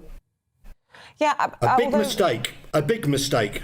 Yeah, but Kevin, I mean, a big mistake. You say that she was in the position longer than most commissioners, and none of the complaints about her, I suppose, apart from the one you make there about Charing Cross Station, really related to young or new joining members of the forces. It was to do with her record on things like Stephen Port, Operation Midland, which was an expose of institutional corruption. It was the fact that she oversaw this disastrous vigil in the wake of the murder of Sarah Everard, and even having Wayne Couzens on her squad at all. Questions about how she even got the job in the first place, because, of course, she presided over John Charles de Menezes' problem. And lots of people saying, you know, she should have gone a long time ago. Let me unpack all of that for you. Let's look at, first of all, the dreadful homosexual murders of Port. That was a gross failure by Metropolitan Police mid-level detectives to deal with that matter. But it goes back to the point that I made. Are you still there? At the point, can you still hear me? Yes, Kevin. Hello. Yeah. But it goes back to the point I made earlier, that when you have the cuts in training, and there have been massive reductions in training of CID officers, when you have the cuts in the CID, and there's been a massive reduction, not only in numbers of CID officers, but frankly people don't want to do it, and reductions in the competency of mid-level managerial officers, we should not be surprised. I am personally appalled, but we should not be surprised about that failure. If we turn to the Sarah Couzens murder... We've got to cut across you, Kevin. Unfortunately, we're out of time, but points well made, and good listening to you. Thank you very much indeed. My pleasure, Eamonn. There's an answer where if you take your time and picking every single one of those, it's a very different story when you know the inside. Yeah, a difficult job for whoever takes over. Kevin Hurley, lovely to have you on the programme. Thank you very much. It's 7:15. We're in Leamington Spa today on your doorstep. And as you know, we like to get out and about across the UK to see what you think about the day's biggest stories. Today, our reporter Balvinder Sidhu is in the lovely, leafy Leamington Spa. Tell us about where you are then. Good morning, Isabel and Eamonn. Yes, I am in Leamington Spa in Warwickshire. It is famous for its beautiful architecture, its broad boulevards, and it is a town which has royal status. And it is only one of 3 towns, I'll have you know, in England with royal status. It was given by Queen Victoria in 1838 because she spent some time here when she was younger. But like you said, I am here to talk to people about their views on the big stories of the day. And I must admit, this has got a sizable student population, Leamington Spa has, and I have come to the sort of studenty area, so I'm hoping to find some students today. So I'm going to knock on this door. Just follow me, and I'm hoping, well, it is just gone past 7 o'clock, so I'm hoping they'll be awake. Right, I'm just going to ring the doorbell. It's a very interesting doorbell tune. You probably can't hear it, but it's quite musical. Good morning. Hello. You're live on TV and radio on GBNews with on Breakfast with Isabel and Eamonn Holmes. My name's Bal. What's your name? Can you just introduce yourself? Hi, I'm Sophie. And Sophie, what do you do? I'm a student at Warwick University. Oh, excellent. And Sophie, do you mind if we come in? We're here. We want to talk to you about the big stories of the day. Sure. Excellent. Right, we're going to go in. Right. Should I just follow you through? Yeah, sure. Hello, morning. We've got somebody else here. Do you want to just come through? My name's Bal.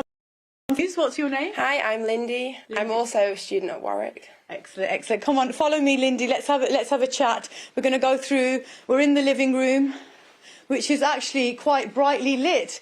It looks like it's still Christmas in this student house in Leamington Spa. Oh, we've got somebody else here as well. Hello. Hi. And what's your name? I'm Yinka. Yinka, lovely to meet you, Yinka. And what, are you a student as well? Yeah, I'm a student and I do English and history. And I'm assuming you're all friends and live together? Yeah. Okay, brilliant. So look, tell me, you know, the student experience in this pandemic, what has that been like for you? Well, so I'm a third year, so the pandemic hit just before my third term and basically everything was cancelled. But I think the thing that's been really hard is like socialising. It was obviously harder for these two. They're in second year, they completely missed their freshers. But for me, it was like the transition between having a full uni experience and then going to basically nothing. That was really hard. What about yourself? Yeah, I feel like university, it's like that stage in life that you go through. Obviously socialising is like a part of it, but also academically, it's just not the same going from school where you have like a teacher in front of you to ask questions, get feedback, to all online. It was really different. It's only now, in hindsight, you realise what we kind of missed. Yeah. How about yourself? I'd say definitely in hindsight that's like the thing, because like comparing like last year, first year being completely online, and then this year where we had first term was a mixture of online and in person, but just seeing like actual people and the students just walking about, that just made me so much more angry about my first year, just because it was like we basically had nothing. Okay, well, one of the big stories of the day today is the fact that all COVID restrictions are going to be lifted possibly by the end of this month, around the 24th of February, which means that you don't have to self-isolate if you test positive. How do you feel about that? I can understand it needs to happen at some point. I don't necessarily think it needs to happen right now. I actually just came out of isolation for COVID and I can't imagine walking around and like spreading that to other people. My mum's like clinically vulnerable, so I've had a bit of a weird COVID experience where I had to like shield with her. And obviously that's been something I've been worried about for a really long time. So I think it's this weird balance of like it has to happen, but like we need to live our lives, but it's also like scary for people who, you know, could die. What about yourself? What do you think? Yeah, I agree. Like, main worries with family and going home to see grandparents, got to test and worrying about the test. But I feel like the student community, it's like you have to use your own self-judgment, like how often you test, like when you test, and obviously when you're meeting up for like just like in socials or a big group of people, yeah, it's even more like worrying to make sure you're like following rules, doing a test. In terms of moving it forward, yeah, I agree, it's got to happen at some point. And just finally, quickly, Partygate, you know, you guys probably missed out on quite a lot of parties as being students. What do you think about that? I think it's obviously incredibly hypocritical. I mean, we were all sitting at home doing absolutely nothing, and they were out having the time of their lives, I guess. So. And what about yourself? What did you think? I think at first I was very angry about the fact that the restrictions were as it was, but I think the more I think about it, I just think it's a thing where, to be honest, I can't say we were all just sitting at home. I don't think I can say that because... I'm sorry, guys, I am going to have to go. We've just run out of time. Thank you so much for joining us. We will be back with another group of people in Leamington in a short while, and we're just going to scoot off and go and find some more people to talk to. Get those skates on, Val. Thank you. Lovely, appreciate it. Look, we're going to have a business roundup and the sports roundup right after this short break.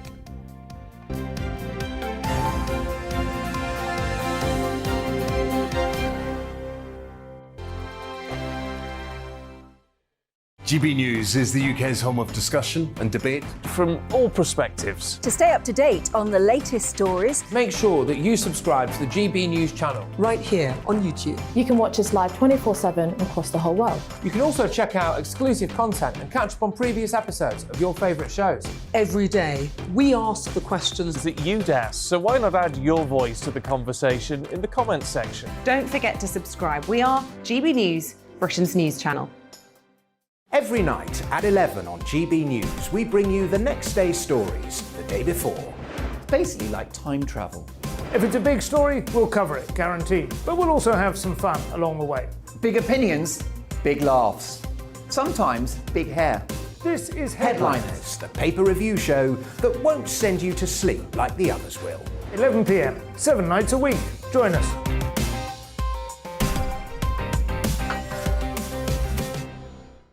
Hello there, I'm Eamonn Holmes. And I'm Isabel Webster. And we hope you can join us for...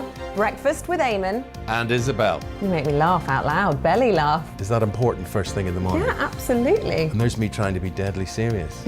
News is a serious business. Yeah, I have to rein you in sometimes. Well, it doesn't stop us laughing at it. It doesn't stop us having an opinion on what's going on. Yeah. And it certainly will not stop us reflecting what you think. Weekdays from 6 to 9:30 on GB News.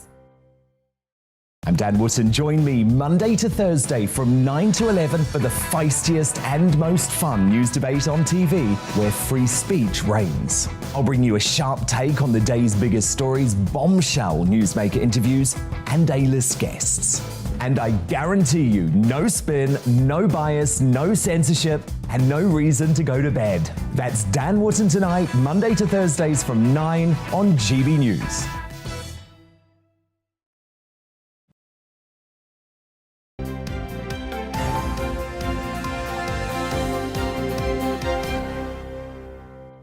Good to see you again. Welcome back. It is 7:23. We're talking about US inflation now. It's jumped 7.5% in the past year, which makes it a 40-year high. Let's bring in our GB News business expert, Liam Halligan. He's here to tell us what this means for us, because, of course, what happens over the pond usually means it's going to happen here too, Liam. It certainly does, Isabel. There's two big pieces of economic data that I'm chewing over while having my breakfast at home this morning. This really is home economics. The first is that US inflation number, which you said, 7.5%. That's a 40-year high. As you'd expect, what happens in America reverberates around the world, particularly here in the UK. And when this number came out yesterday afternoon, the money markets instantly priced in higher UK interest rates as well. When inflation goes up, central banks are expected to increase interest rates to try and squeeze that inflation out of the system. So according to the money markets, we're now looking at higher UK interest rates, perhaps as high as 2%. They're currently 0.5%, so that would be a fourfold increase, still to quite a relatively low level historically, but much higher than now.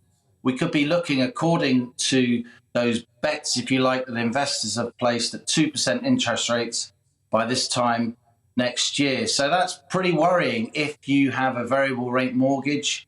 About 2 million households have a variable rate mortgage or other debt. On the other hand, it's slightly better news for savers who, for many, many years, of course, have had very little return on any money they have in the bank. What about the ways that governments can deal with this? I mean, is it pretty much a standard response that we're seeing in the UK, in places like Spain and Germany, or are there different techniques? And have we got it about right, do you think, in your judgment? Well, I've been saying on the Money Show for many months now, and indeed in my newspaper columns, that the Bank of England's been, if you like, behind the curve. They underestimated the extent to which inflation would come into the system. They kept saying it was transitory, forget about it, we don't need to raise interest rates. Inflation now is much higher in the UK. It's over 5%. It's over 7% on other measures that ministers try and downplay.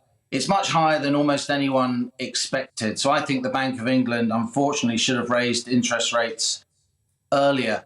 And, you know, there's another quite big piece of economic data. Yeah, go on. There's another quite big piece of economic data that's just come out. That's what we call the GDP number. That's gross domestic product. It's the sum total of all transactions in the economy. And you're going to see a lot of headlines over the next hour or so saying that the UK grew, the economy expanded by 7.5% in 2021. That's a very big number. So that sounds as if we're doing really well and it's really buoyant.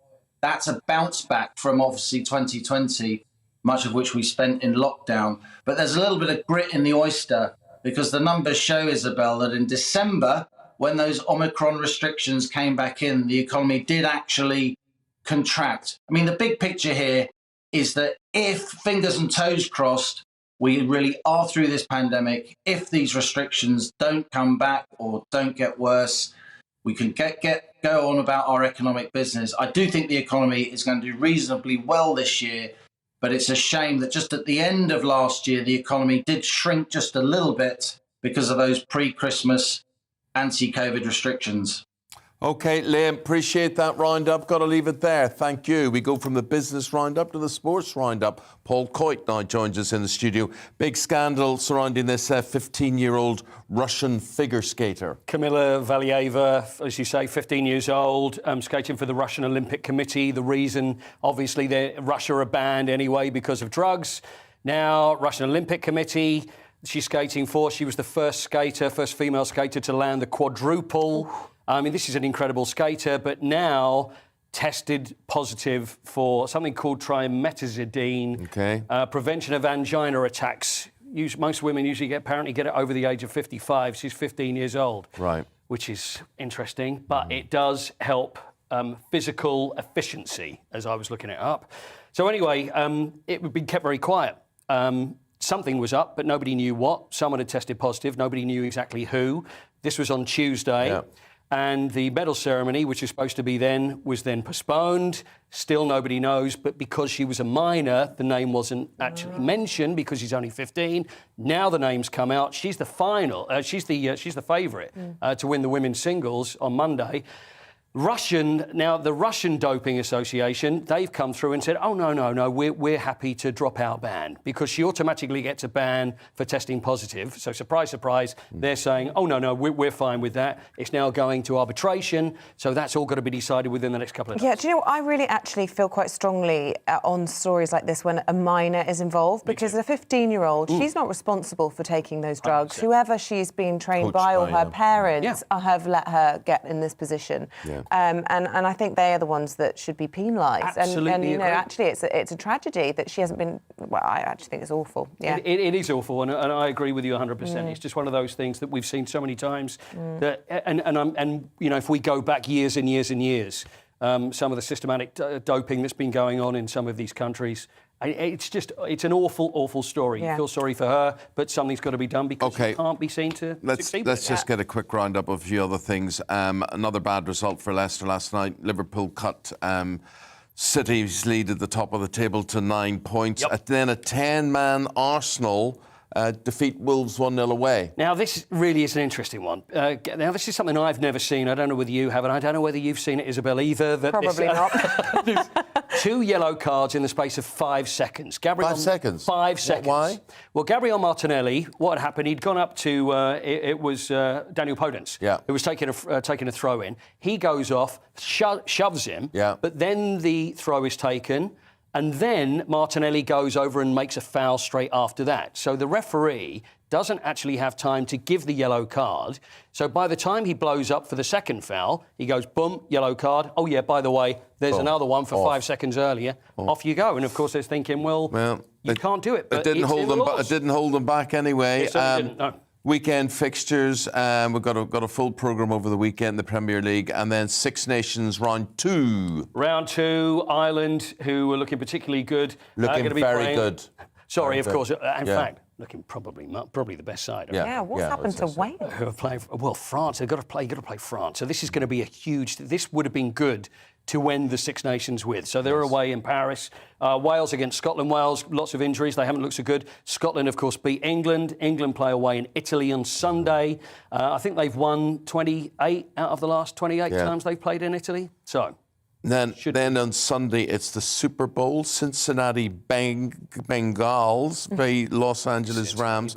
This always amazes me. People who have no interest in most sports and they're get so excited about the most boring game on earth. What is Super Bowl? It's like it's the FA Cup final for American football. American football? Yeah. Oh, I'll tell you, never go to an American football game. Crikey. It's the most boring. The only thing that happens is the cheerleaders. They're the only people who work. What about the halftime? They have an amazing halftime. Oh, they do. That's a great. When it comes to TV viewing, I think out of the top 10 TV shows ever, I think 9 of those are actually been Super Bowl finals. So everybody. Oh, this is the final. This is the final Super Bowl final. This is when Janet Jackson.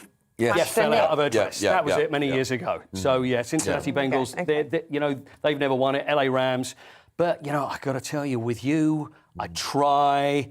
I'm a football man, really. I look at that and try and get into it, but it's tricky. But it's huge and it's getting bigger. And even saying that they're hoping to get the Super Bowl to be played over here. Who's performing? Do you know halftime? That's a bit interesting. Kendrick Lamar is going to be performing, and I don't think Neil Diamond is going to be there this year. I watched the whole doco about Lady Gaga getting her performance right for that, and it was a big deal in her career. It's so huge because that's the biggest audience, and also when it comes to advertisers, they pay the most amount of money to advertise in it because that's what everybody's watching. Which they do for this programme as well. Exactly correct. It's exactly the we've same. got to say goodbye to you. Sorry. Go to them, including the weather. Back after this. Here we go.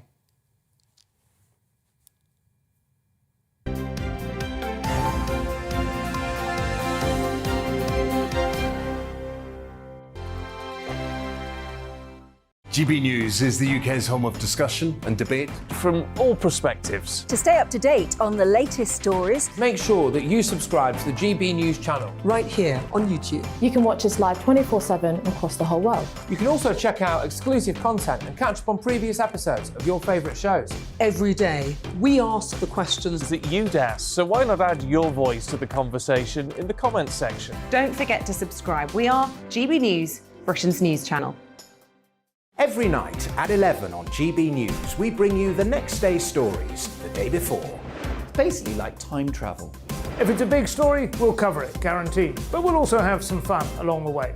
Big opinions, big laughs. Sometimes big hair. This is Headliners, the paper review show that won't send you to sleep like the others will. 11 p.m, 7 nights a week. Join us.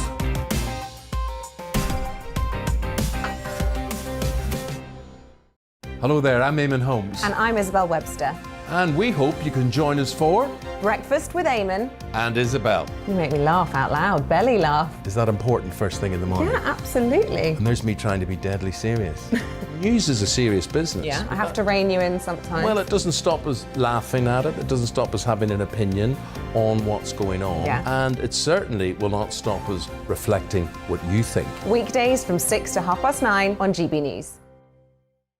I'm Dan Wootton. Join me Monday to Thursday from 9 to 11 for the feistiest and most fun news debate on TV, where free speech reigns. I'll bring you a sharp take on the day's biggest stories, bombshell newsmaker interviews, and A-list guests. And I guarantee you, no spin, no bias, no censorship, and no reason to go to bed. That's Dan Wootton Tonight, Monday to Thursdays from 9 on GB News.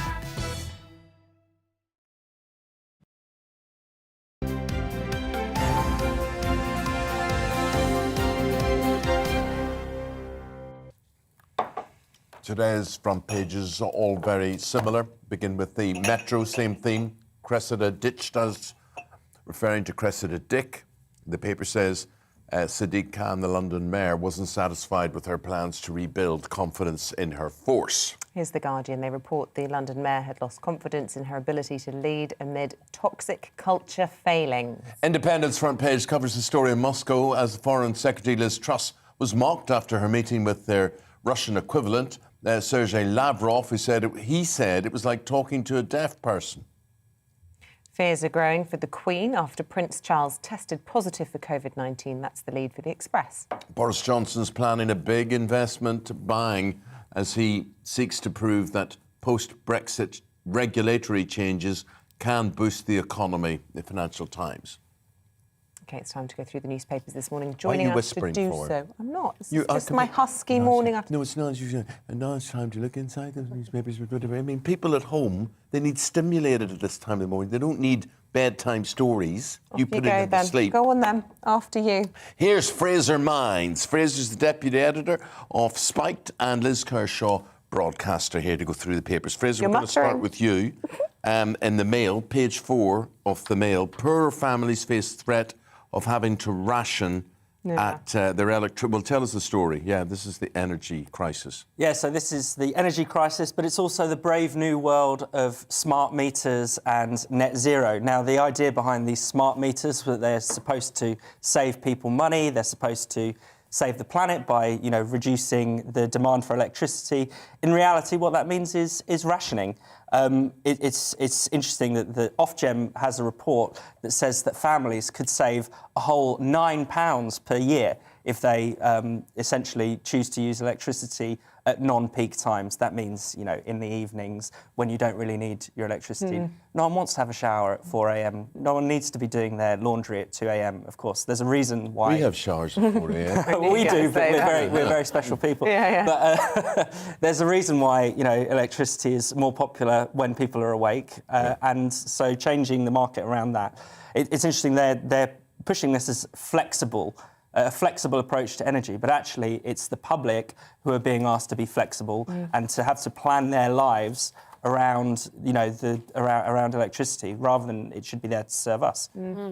The power companies now have applied for the right to harvest information from smart meters every 30 minutes across the whole of the UK, so they can know exactly how much energy is being consumed throughout the day, and it'll be more expensive when there's more demand for it, so in peak times.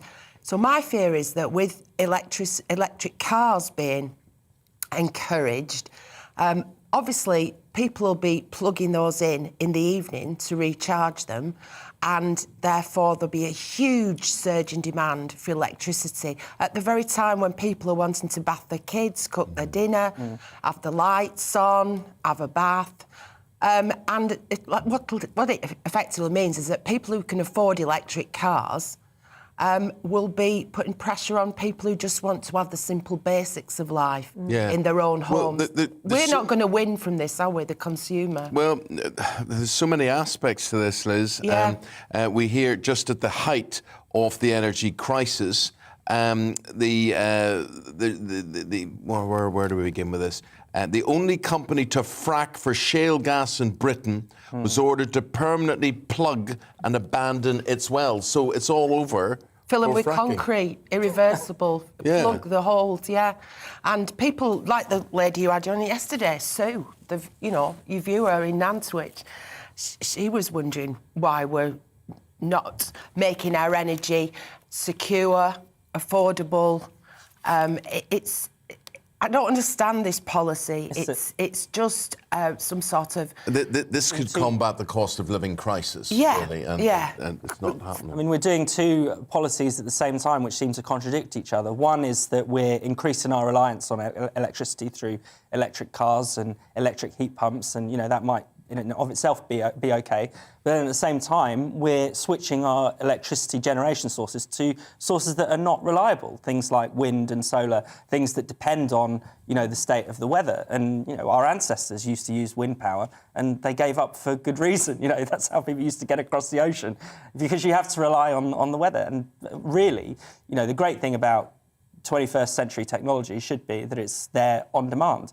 That world is disappearing from us. But we're hypocrites then, aren't we? Because we're pouring concrete down our fracking bores and then we're freezing it from the United States and bringing it over on tankers. We spend billions turning it back importing into gas. And emissions from importing gas are far higher than those from home-produced shale gas. So we had this amazing story yesterday, though, didn't we, about Oxford University creating this miniature sun which could generate enough heat to export and supply all of us by 2030. So I'm clinging to that. There is hope. Positivity. Human ingenuity will get us out of this mess, but unfortunately... But we'll all be long dead. When I know. I hope you're not dead by 2030. You've got to get the basics right first, unfortunately. And the Telegraph, page 5, Liz, Freedom Day.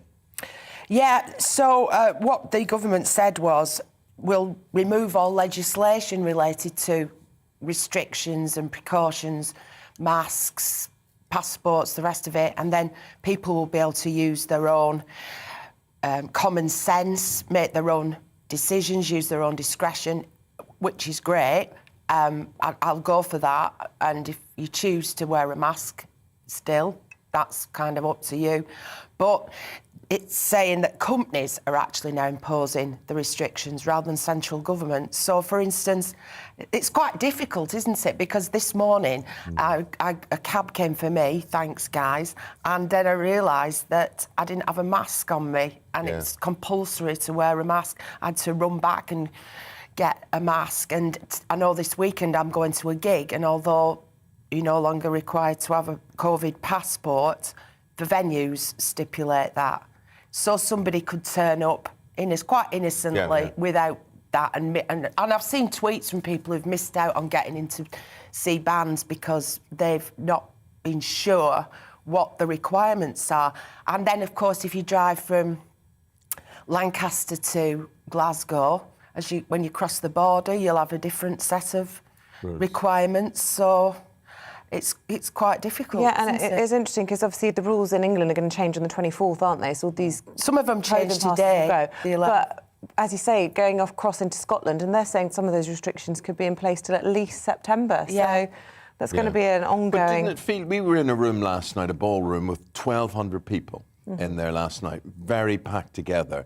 Now, we had to show COVID passes to get in, but it felt weird. I thought, if I'm ever going to get COVID... I know, you do sound a bit husky this morning. I was just saying earlier, this week, more than any other time in the last 2 years, more people I actually know have let me know that they've tested positive. It's been a deluge this week. Really has. I've gone through it thinking, well, I don't actually know anybody who's got it, but...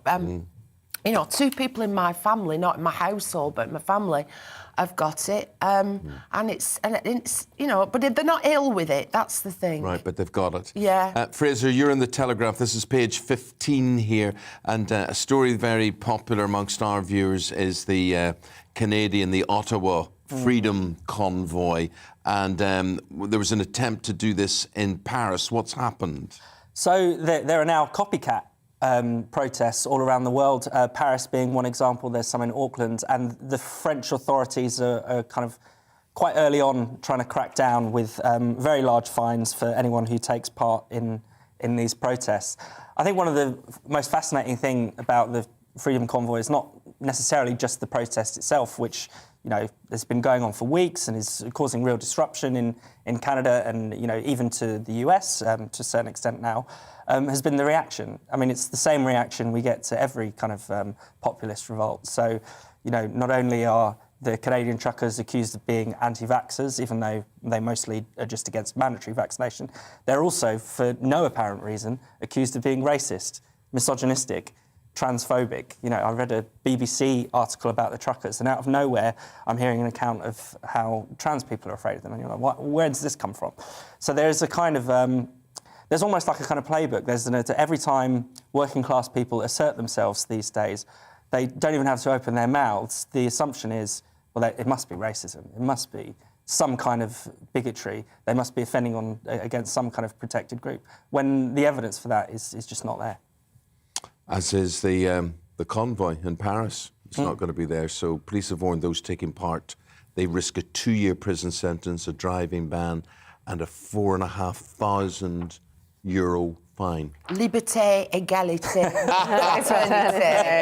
Love it, yeah. The French have real form on cracking down on protests. I remember going to Paris during the Gilets jaunes protests, and it was extraordinary, you know, the police firing tear gas everywhere. I myself got tear gassed, which was an unpleasant experience. You know, people being beaten up by the police. You saw people being dragged out of wheelchairs and old ladies being attacked. French police are, I mean, completely crazy. We talk about the culture of the Met Police here, but if you've ever been on a skiing holiday, French resorts, they're terrifying.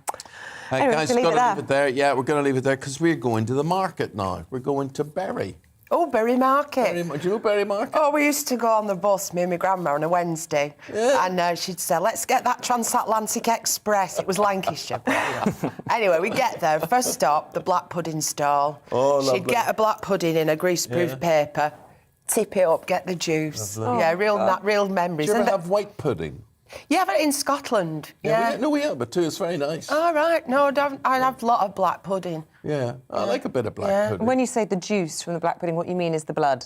It would be the non-solidified blood, all hot, running down Well, let's see if we can set a challenge for our Bradley. He is out, as we're saying, in Bury Market this morning. Very good morning to you. This is, of course, just outside Manchester, in Greater Manchester. It was crowned Britain's favourite market, Bradley. Yeah, that's right. It was indeed. Welcome to the world-famous Bury Market. As you just heard there, lots of memories are made in this market. And you can see behind me the big banner up there, the winner of Britain's Favourite Market 2019. Because, of course, this isn't the first time that they've won the award. It's actually the second time now that this, where we're standing right now, in the market hall, fish, meat for sale. You can get anything you want here. Just look at some of that there. Absolutely beautiful. Fresh fish, fresh salmon, all for sale here. Market traders are getting ready for a day of trading. And just Franco, the cameraman there, just watch out on some of the boxes because we're going to come out of the market hall and head into the open air market section. Of course, there's 3 sites with around 400 stalls in total. Absolutely incredible. People getting ready now. You've got a fruit and veg stall just over there. We've got W&M Butchers. They're getting ready with their stock over there. So around 400 stalls and over 500 years old, this market. So it's rich in history. Lots of memories are made here. And it's won the award.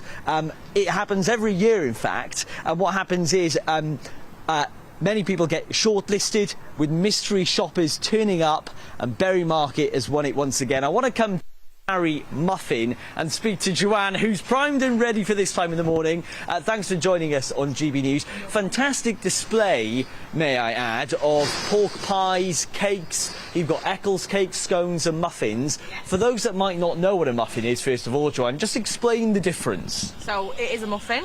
We sell quite a lot of them here on Bury Market. So it's basically just what you would call a bap, a barm cake, a cob, a roll, but in Bury they are muffins. They are muffins, and can I just say I've actually tried a few and they are very, very delicious. Do you mind if I just come round and come in?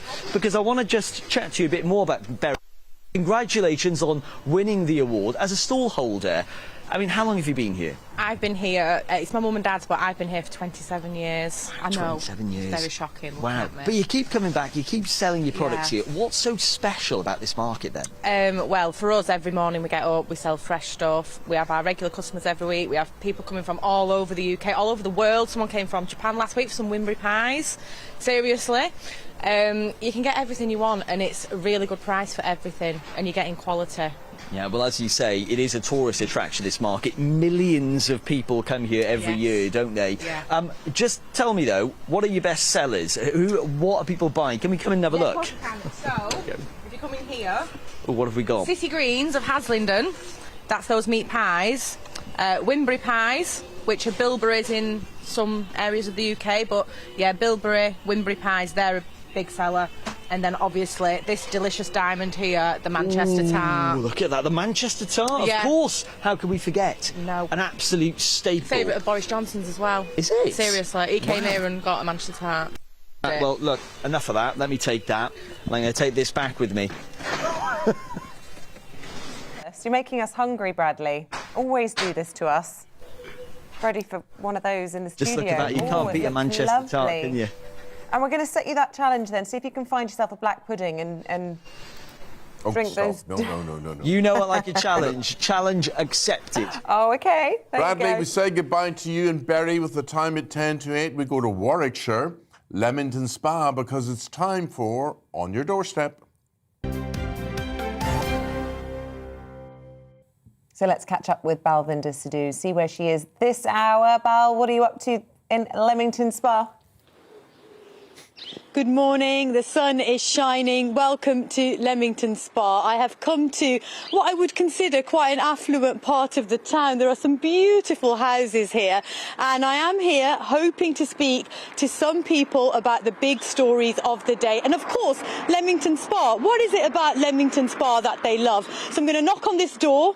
It's a beautiful red door with a iron door knock, and I'm hoping that the family are inside and will welcome us in, because it started to drizzle here a little bit. So just follow me. I'm going to give the knock. I can see some joggers are out. There's some children heading to school this morning. It is Leamington waking up, as is the rest of the country. Good morning. Hello, I'm Balvinder. You're live on TV and radio on Breakfast with Eamonn and Isabel. Just come forward for a little bit and just introduce yourself. Hi, I'm Mita Mystery. Oh, Good excellent. morning. Wow. Morning. And Mita, we're here to talk to people in Leamington about the town and what you think about the big stories of the day. Are you up for a chat? Yeah, brilliant. Great. Come in. Yeah. Excellent. We're going to go inside. Oh, you've got a beautiful home. Lovely.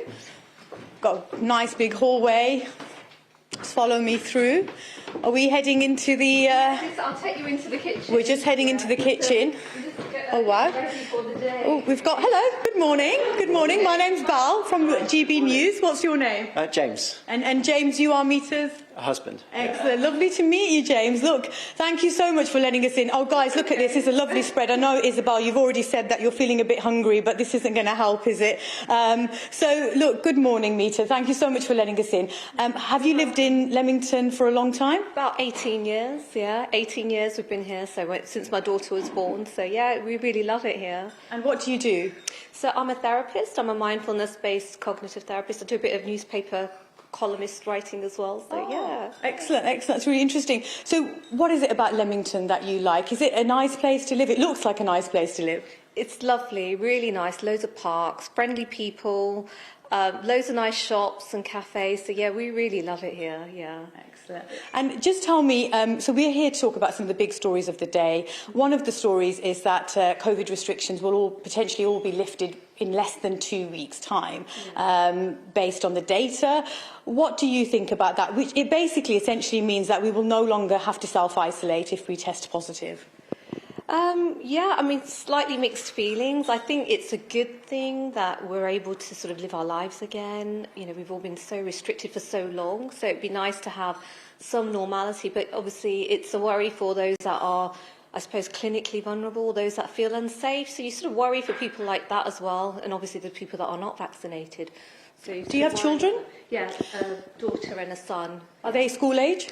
Yeah, so my son's at school and daughter's at university at the moment, so she's away from home. So one of the interesting things about self-isolation periods being lifted is that, you know, children potentially will not be having to go home because a lot of them test asymptomatic. Do you think it's a good thing from that perspective? Definitely. I think, you know, for children, especially for their mental health, I see a lot of this as well because they don't have their routines, or if they're isolating, they don't have their social groups, and it affects their development. Also, sometimes it's hard for the parents as well. So I think it's good to keep children at school if possible. Yeah, definitely. And James, would you like to join us? I can see that you've just made a cup of tea, right?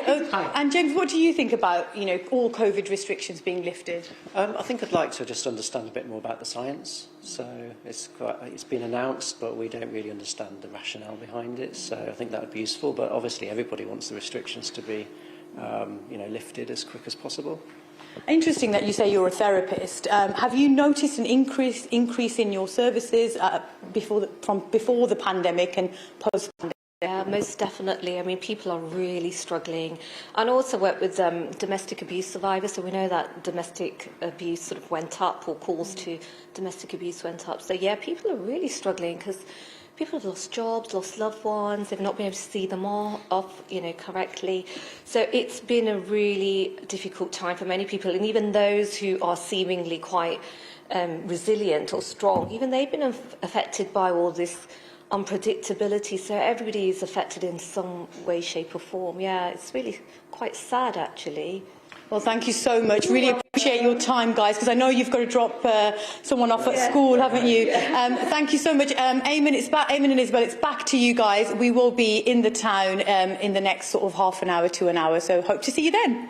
OK, look forward to that. Appreciate that, Malvinda. Thank you very much indeed. People are so positive about where they live, aren't they? It's lovely to see. People really have a affection for where they live. Anyway, love that segment. No, but it is. Yeah, it's really It'd be nice. awful to live somewhere that you didn't want to live. Yeah, that's true. Yeah, well, it looks very nice. Good. Stay with us. Coming up, we're going to be speaking to the former Mayor of London, Ken Livingstone. That is, of course, in relation to Cressida Dick's departure. But first of all, here's your Friday forecast. Hello, good morning. I'm Aidan McGivern. Cold out there this morning, a frosty start for the vast majority, but plenty of sunshine to compensate. And then a fine Friday for most of us ahead of these low pressure systems that are going to turn up for the weekend to bring wet and windy weather to many.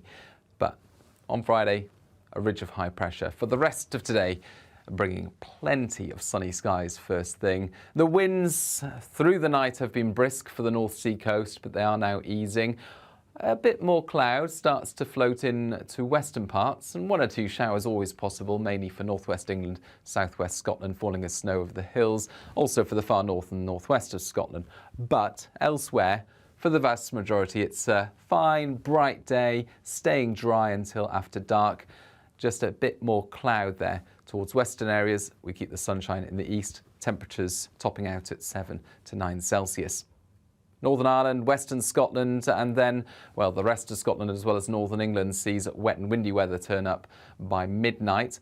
That will fall as snow over the hills for a time before it turns milder, and it turns windier as well through the night. Now, the wind and the cloud for many will keep things frost-free, but 0 Celsius possible somewhere like Norfolk or Suffolk. So a cold start to the far southeast, a bright start to the weekend on Saturday here, but elsewhere a lot of cloud. It's also going to be increasingly windy, gales through the Irish Sea coast and some heavy rain for southern Scotland, northern England, much of Wales, and then later parts of the Midlands and the southwest. To the north, Scotland and Northern Ireland brighten up, but keep the blustery showers through the afternoon, and it stays bright and largely dry in the southeast. 7 to 8 in the southeast, 9 to 10 elsewhere. Sunday sees more wind and rain arrive, this time for much of England and Wales, pushing through during the day. Showery weather continues for Scotland and Northern Ireland, and it's milder everywhere.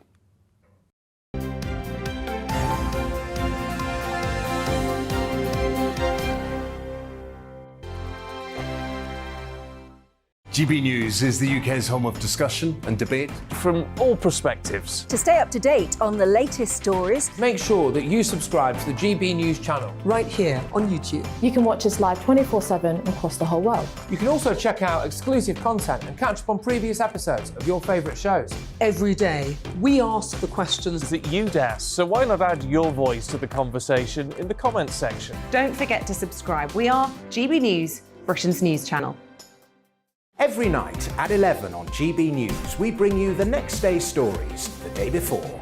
Basically like time travel. If it's a big story, we'll cover it, guaranteed. But we'll also have some fun along the way. Big opinions, big laughs. Sometimes big hair.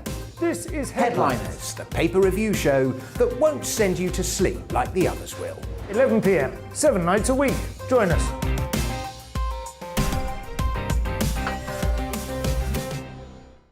Hello there, I'm Eamonn Holmes. And I'm Isabel Webster.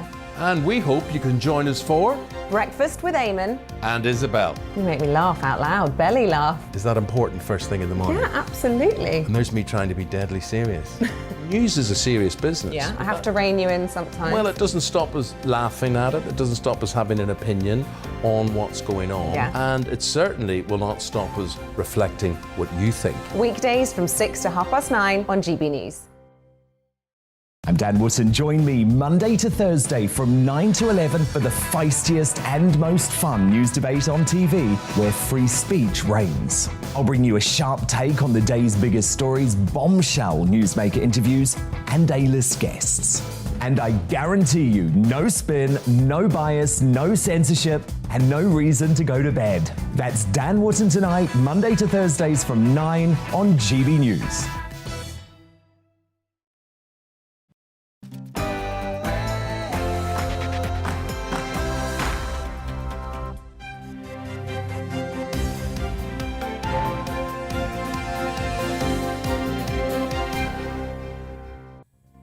Metropolitan Police Commissioner Dame Cressida Dick says she was left with no choice but to step aside.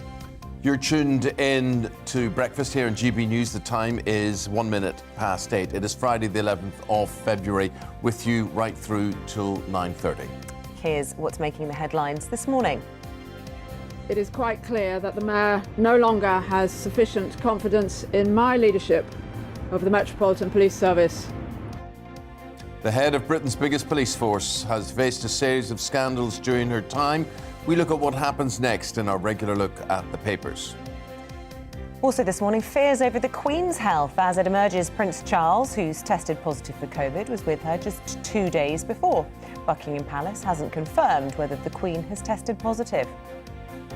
Plus, we're on your doorstep in Warwickshire, Leamington Spa this morning. We'll see what the good people of this town have to say about the stories we are discussing and what's important to them. And don't forget, you can join in any of our discussions by emailing gbviews@gbnews.uk or our Twitter @gbnews.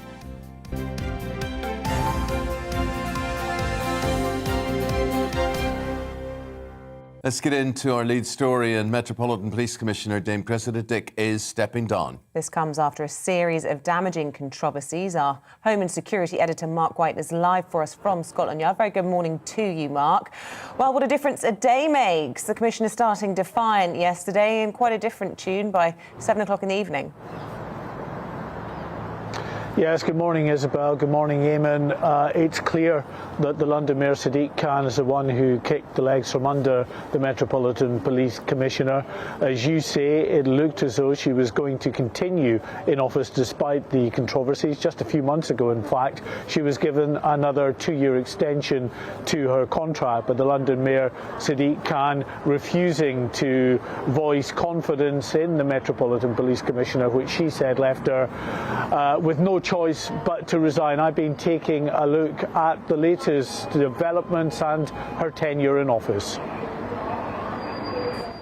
For months now, the pressure had been building on the UK's most senior police officer after repeated controversies within the Met undermined her leadership.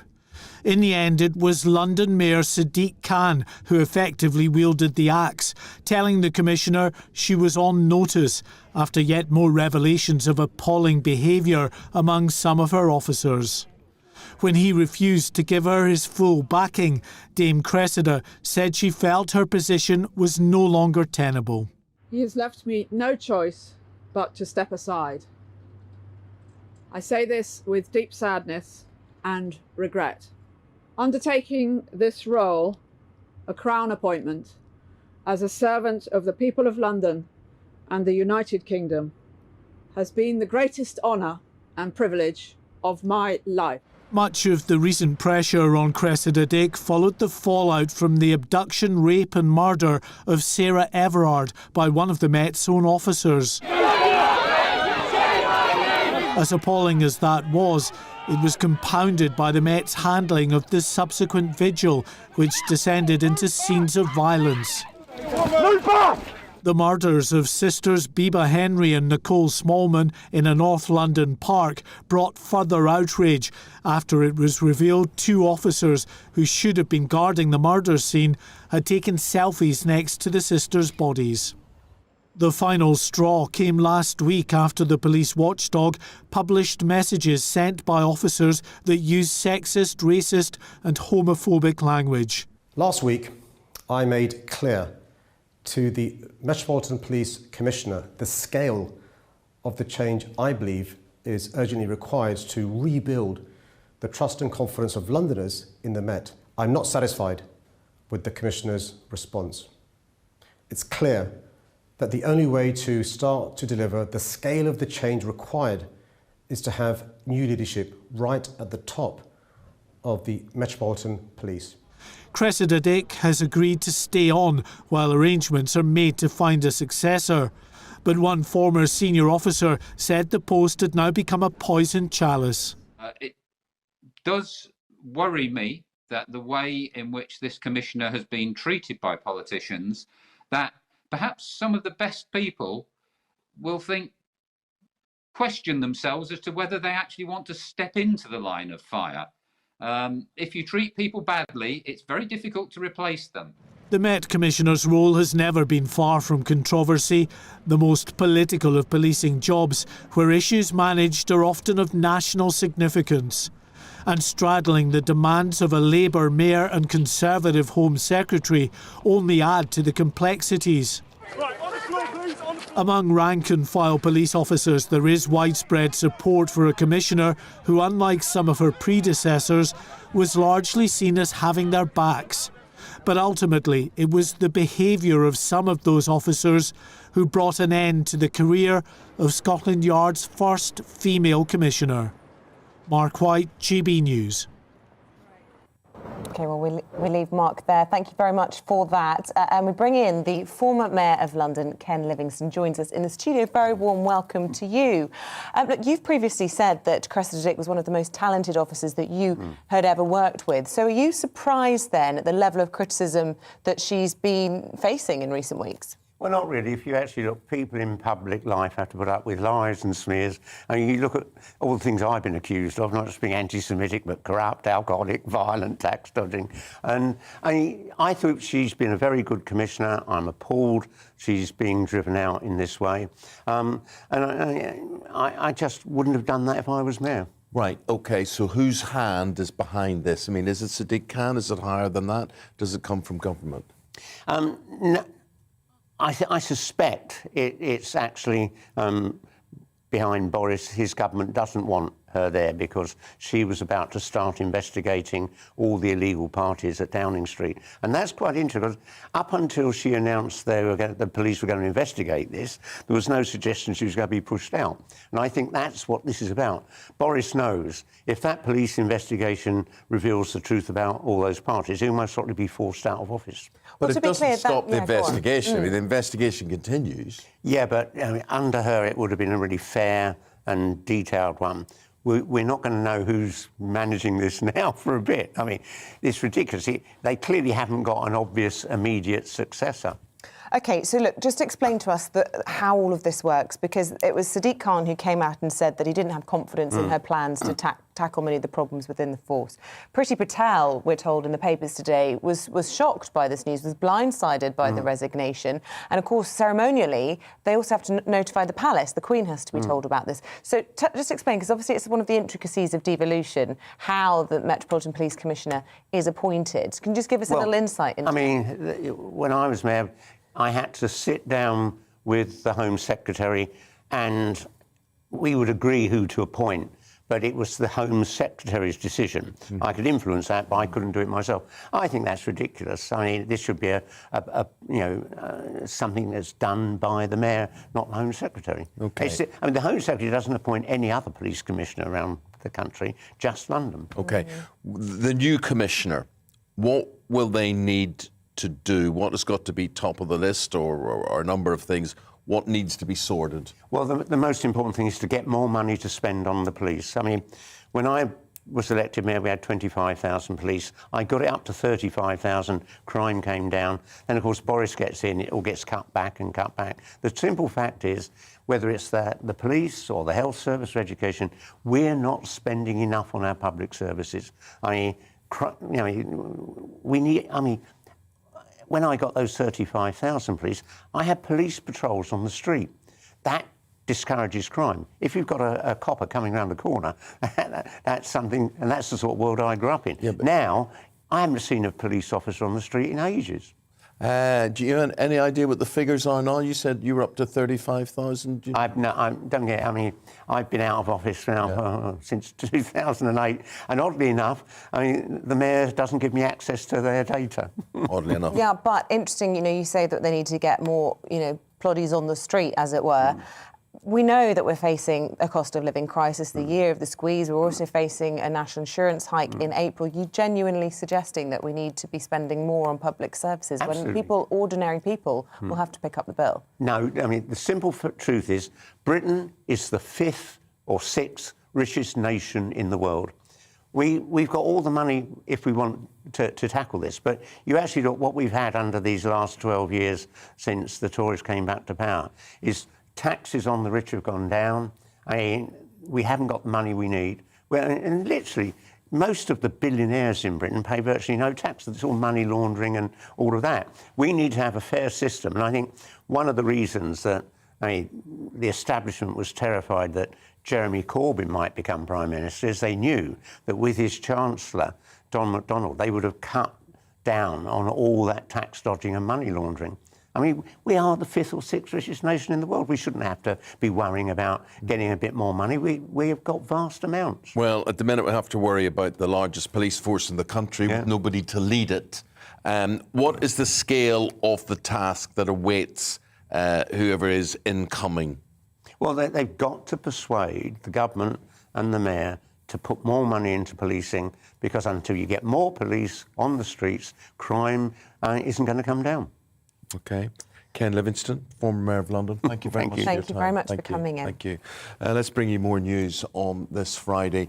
And Buckingham Palace has refused to confirm whether the Queen has tested positive for coronavirus or not after she had direct contact with Prince Charles, who tested positive yesterday.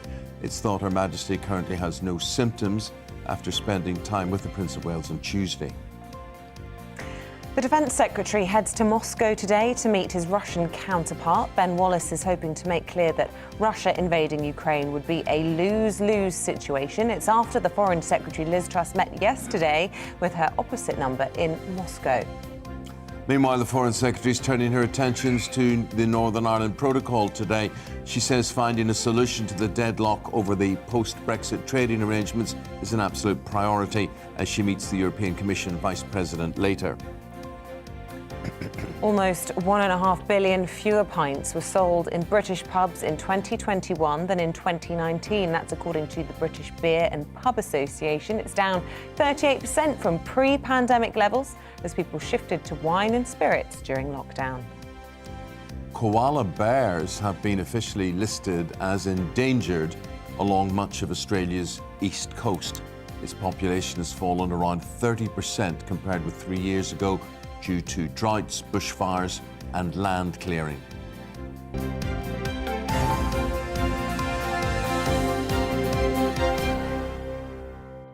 Now, if you're travelling abroad for half term, then from today, major travel changes could make it easier and cheaper. Yes, those fully vaccinated will no longer have to test, while unvaccinated travellers only require a pre-departure test and PCR on or before day 2 after they arrive in the UK.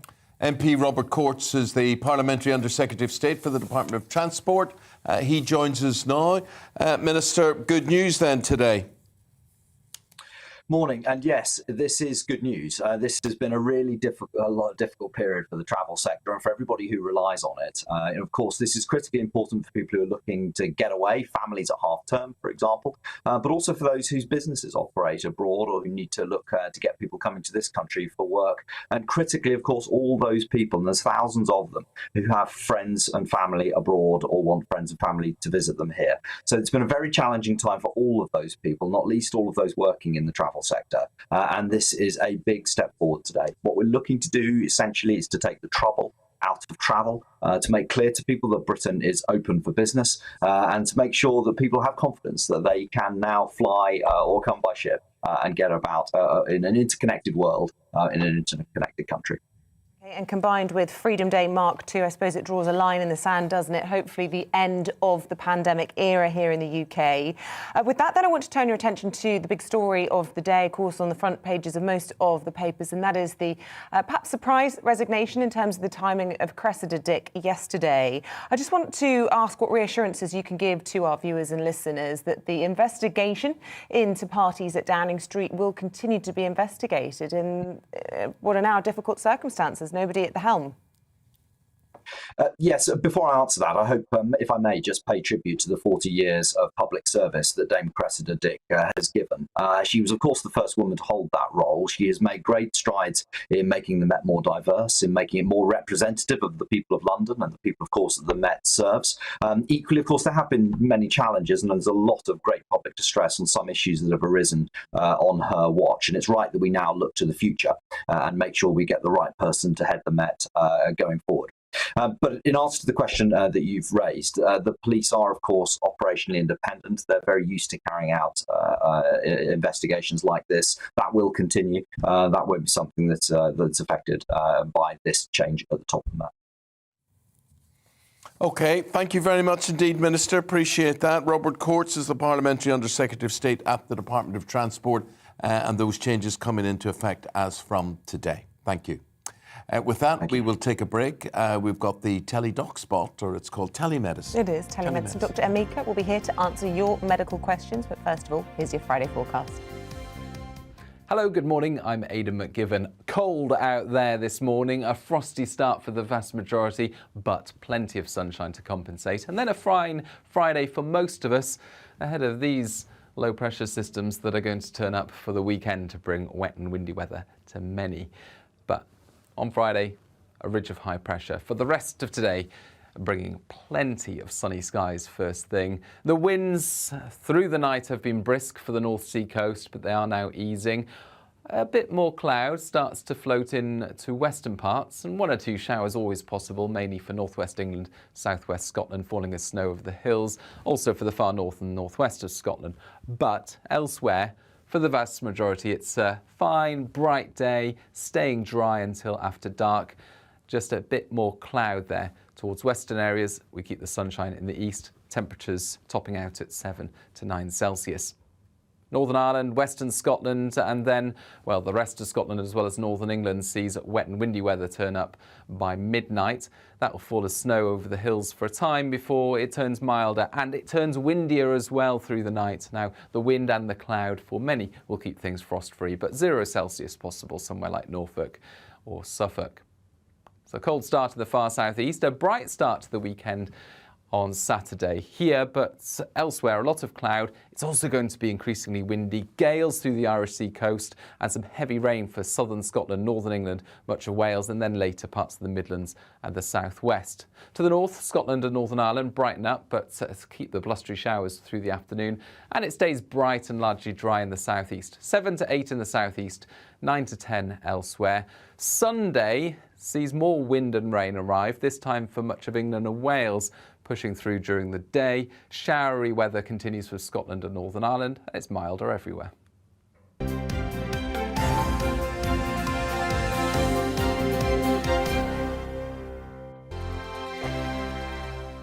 GB News is the UK's home of discussion and debate from all perspectives. To stay up to date on the latest stories, make sure that you subscribe to the GB News channel right here on YouTube. You can watch us live 24/7 across the whole world. You can also check out exclusive content and catch up on previous episodes of your favourite shows. Every day, we ask the questions that you'd ask, so why not add your voice to the conversation in the comments section? Don't forget to subscribe. We are GB News, Britain's news channel. Every night at 11 on GB News, we bring you the next day's stories the day before. Basically like time travel. If it's a big story, we'll cover it, guaranteed. But we'll also have some fun along the way. Big opinions, big laughs. Sometimes big hair. This is Headliners, the paper review show that won't send you to sleep like the others will. 11 p.m, 7 nights a week. Join us.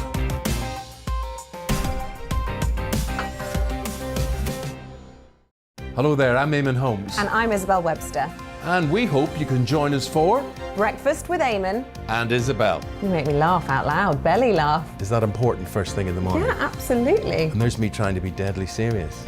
News is a serious business. Yeah, I have to rein you in sometimes. Well, it doesn't stop us laughing at it. It doesn't stop us having an opinion on what's going on. Yeah. And it certainly will not stop us reflecting what you think. Weekdays from 6 to 9:30 on GB News.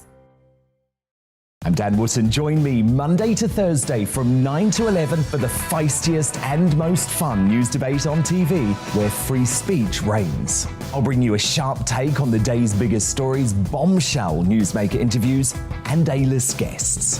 And I guarantee you, no spin, no bias, no censorship, and no reason to go to bed. That's Dan Wootton tonight, Monday to Thursdays from 9 on GB News.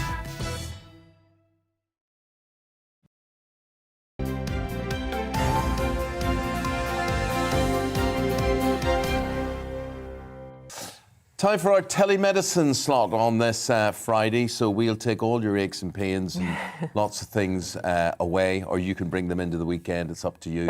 Dr. Mika Okaracha this morning for this. And Isabel likes a cup of coffee, don't you? Oh, I do. How many is too many? That's Well, I'll tell you how many, Doctor, and you can correct me if I'm wrong. Okay. I learnt the hard way when I had palpitations in the shower and I thought I was having a heart attack, that I was having too many, and I was having 6 cups of coffee and I hadn't made any connection. I now only drink 2. Good. And none after midday. Good. Exactly. So the different sources will tell you different things, but most research suggests about 300 to 400 milligrams of caffeine per day, and that equates to about 3 to 4 regular strength cups of coffee. If you're having over 600 milligrams, it's like 6 cups is what you were having, that's when you get the physical symptoms. So you can have the insomnia, anxiety, palpitations, headaches, and that's when we suggest you cut down. Now, could you apply what you've just said to tea, to Coca-Cola? Exactly. Because it's caffeine is a component. So often people say coffee and they think that's a component, but it's actually the caffeine in it which causes the symptoms. And caffeine can be found in tea and chocolate and Coke as well. Do you develop a kind of, I don't know what the word is, not resistance, but I think my dad's from Belgium and all they do, all they do is drink coffee all day long. And my dad must drink 5, 6, 7 coffees. It's a tolerance because caffeine is actually the world's biggest legal psychoactive drug. So it's a stimulant. So like anything, you're going to develop a tolerance if you're having that many, and you're going to be like, to be more alert, I need more and more and more and more. That's why we suggest, obviously, to have a regular range at the same time every day if it pertains to your schedule, and try not to have it 6 hours before you want to sleep. OK. Gareth from Durham, he may be have had himself overstimulated for a long time. He's been out because of the pandemic, out of the office. Bit worried about sitting behind a desk. A lot of people are, because they get aches and pains. They get hunched backs, they get sore necks, they get weak backs, all sorts of things like this. So Gareth says, after returning to the office after so long, are there any exercises I could do to get used to a proper desk again? 100%. Well, I think, first of all, prevention is better than cure. So if you're sitting at a desk for a long time, what you want to do is make sure your environment's comfortable. That could be like adding a back prop or a cushion to your chair if you're going to be sitting there for a long time. Also, making sure that you can get regular breaks and go for a walk and go for a bit of a stretch. But when you're looking at specific stretches, what you want to look at is the spine. Now, in medicine, we have three ways to diversify the spine. We have the cervical, thoracic, and lumbar. Upper, middle, and lower. And you want to target exercises that can target that, because that can reduce neck pain, thoracic pain, so even exercises you can do in your chair, and lumbar spine exercises. So you can even stand and just straighten the back of your legs, which helps as well. I'll tell you, my PA stands and straightens the back of her legs. She asked me to get her, for the desk, some sort of, I don't know how you describe it, anyway, the computer goes on top of this, and this stand goes up in the air, and she stands, so it's at her level. Now, she chooses to stand like that, and she says it's of great benefit to her. So some people do, and even in the workplace, there's some desks that actually change height for people to stand up. A lot of people find it easier than sitting down, which takes the pressure off the lumbar spine at times. I almost don't want to read this next one out. I'm not sure if it's a wind-up. No, I'm going to, just because I think he should be shamed. Max Parry of North London, he says, my girlfriend is 38 weeks pregnant. Is she selfish for not letting me sleep? Will losing sleep affect me long-term? A few too many me's in there, Max Parry, when we're talking about the woman who's carrying your child. Yeah, Your thoughts, Dr. I like the fact you kind of named and shamed him, let people know who he is. But of course, it's not selfish to be carrying a baby for 38 weeks, especially because assuming it's his child, she's carrying your baby. And yes, there are a number of different chronic health issues that can happen from lack of sleep that we've gone through, and a number of different symptoms you can get in the short term from lack of sleep. But you need to think, if you're bothered by your girlfriend's pregnancy for your sleep, try and change your environment. If you have to sleep on a sofa for a couple of weeks. But the main issue should be your pregnant partner and making sure that she's comfortable enough to deliver your baby, make sure there are no pregnancy problems. That should be the main issue there. And newsflash, Max Parry, if you think you've got sleep problems now, wait till the little bundle arrives. Exactly. Okay. Sleep's going to be the last thing on your mind. Cynthia Way would like to know, does anger affect your mental health? That is actually quite a good question. So in terms of anger and anger management, there's no specific health disease. However, anger actually can be an underlying trigger factor for a number of different mental health diseases, such as depression and anxiety. So a lot of people need to find out why they're angry and look at trigger factors. Could it be work? Could it be stress related? Could it be somebody in your life who's specifically making you angry? Because when we look at mental health, often we look at mood. And mood is controlled by what we call neurotransmitters, chemicals in the brain. Yep. And we look at like serotonin, endorphins, oxytocin. These are the chemicals that we want to promote. And so often when we go into medical treatment of stuff like anxiety and depression, we look at SSRIs, which are drugs which actually change these chemicals.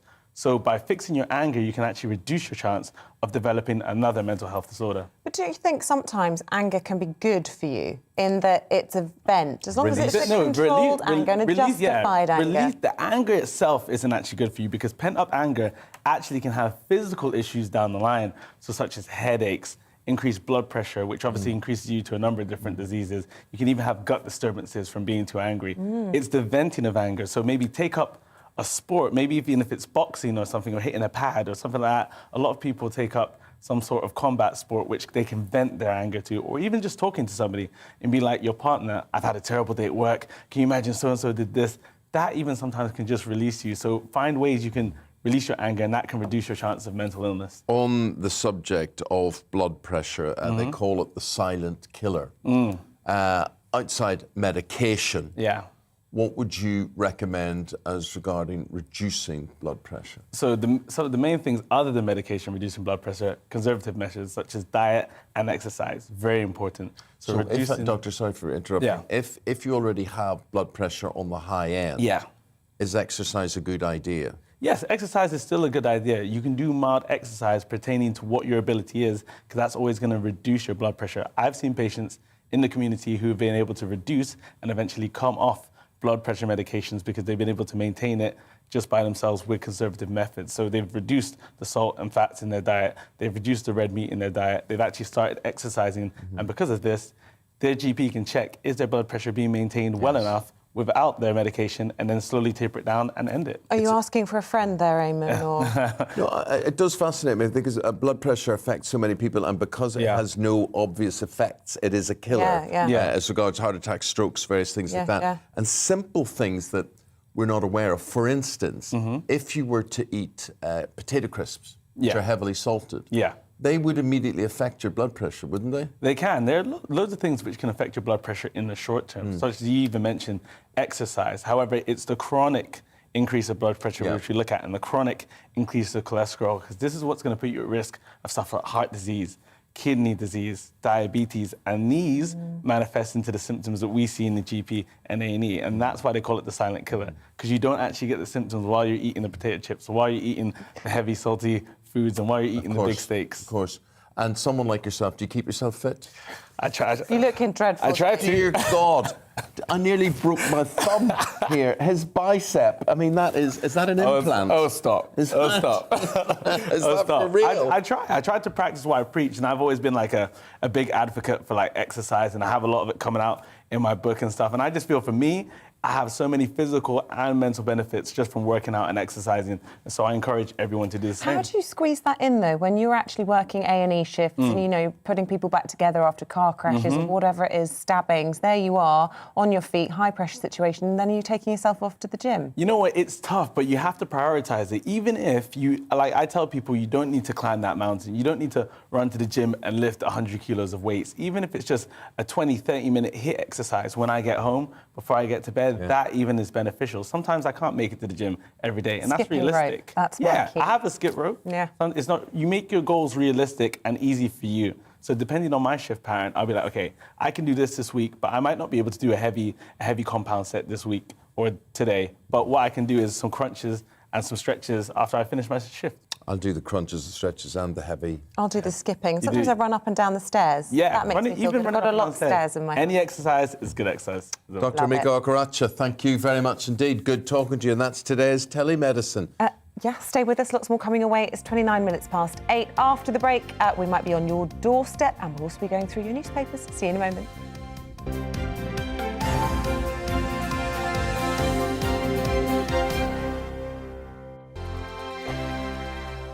GB News is the UK's home of discussion and debate. From all perspectives. To stay up to date on the latest stories, make sure that you subscribe to the GB News channel right here on YouTube. You can watch us live 24/7 across the whole world. You can also check out exclusive content and catch up on previous episodes of your favourite shows. Every day, we ask the questions that you'd ask, so why not add your voice to the conversation in the comments section? Don't forget to subscribe. We are GB News, Britain's news channel. Every night at 11 on GB News, we bring you the next day's stories the day before. Basically like time travel.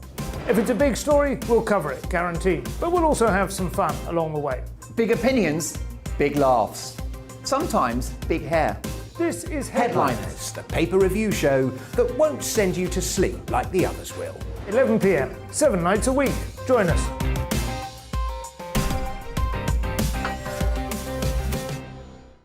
Hello there, I'm Eamonn Holmes. And I'm Isabel Webster.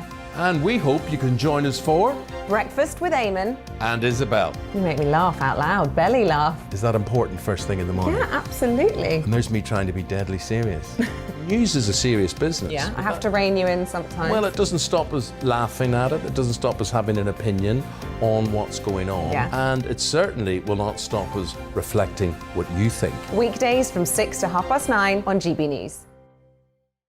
I'm Dan Wootton. Join me Monday to Thursday from 9 to 11 for the feistiest and most fun news debate on TV, where free speech reigns. I'll bring you a sharp take on the day's biggest stories, bombshell newsmaker interviews, and A-list guests.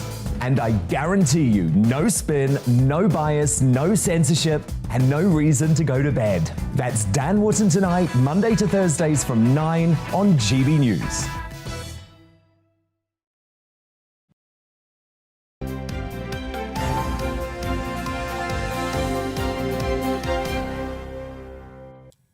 It's 8:32. This is Breakfast on GB News. We're live on your TV and radio this morning. Front pages of the papers on this Friday. Let's have a look. We begin with the Eye. At 11 a.m, the Met chief said she wasn't going anywhere. 8 hours later, she was. She was gone. Here's the Mail.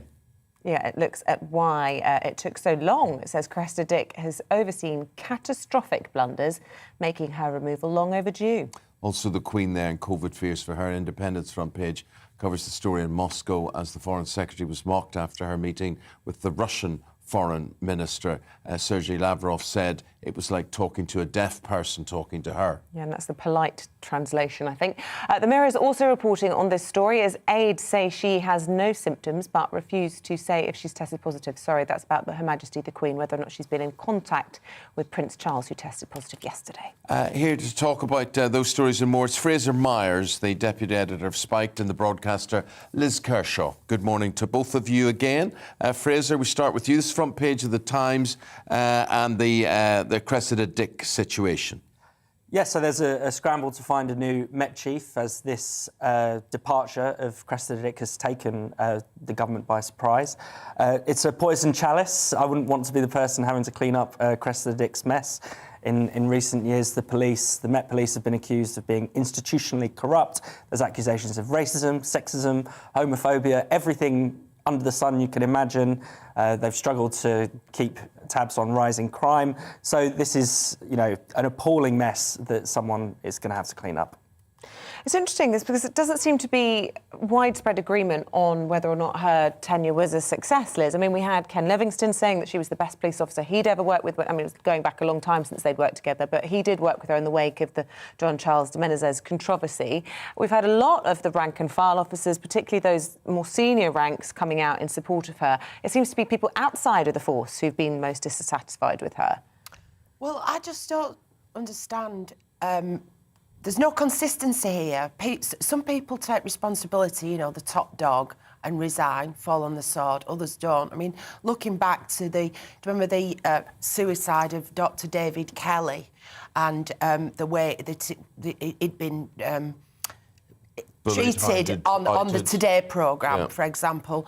And when there was a report into that, Greg Dyke, the then Director General of the BBC, you know, I have a lot of time for him. He just immediately said, well, it happened on my watch.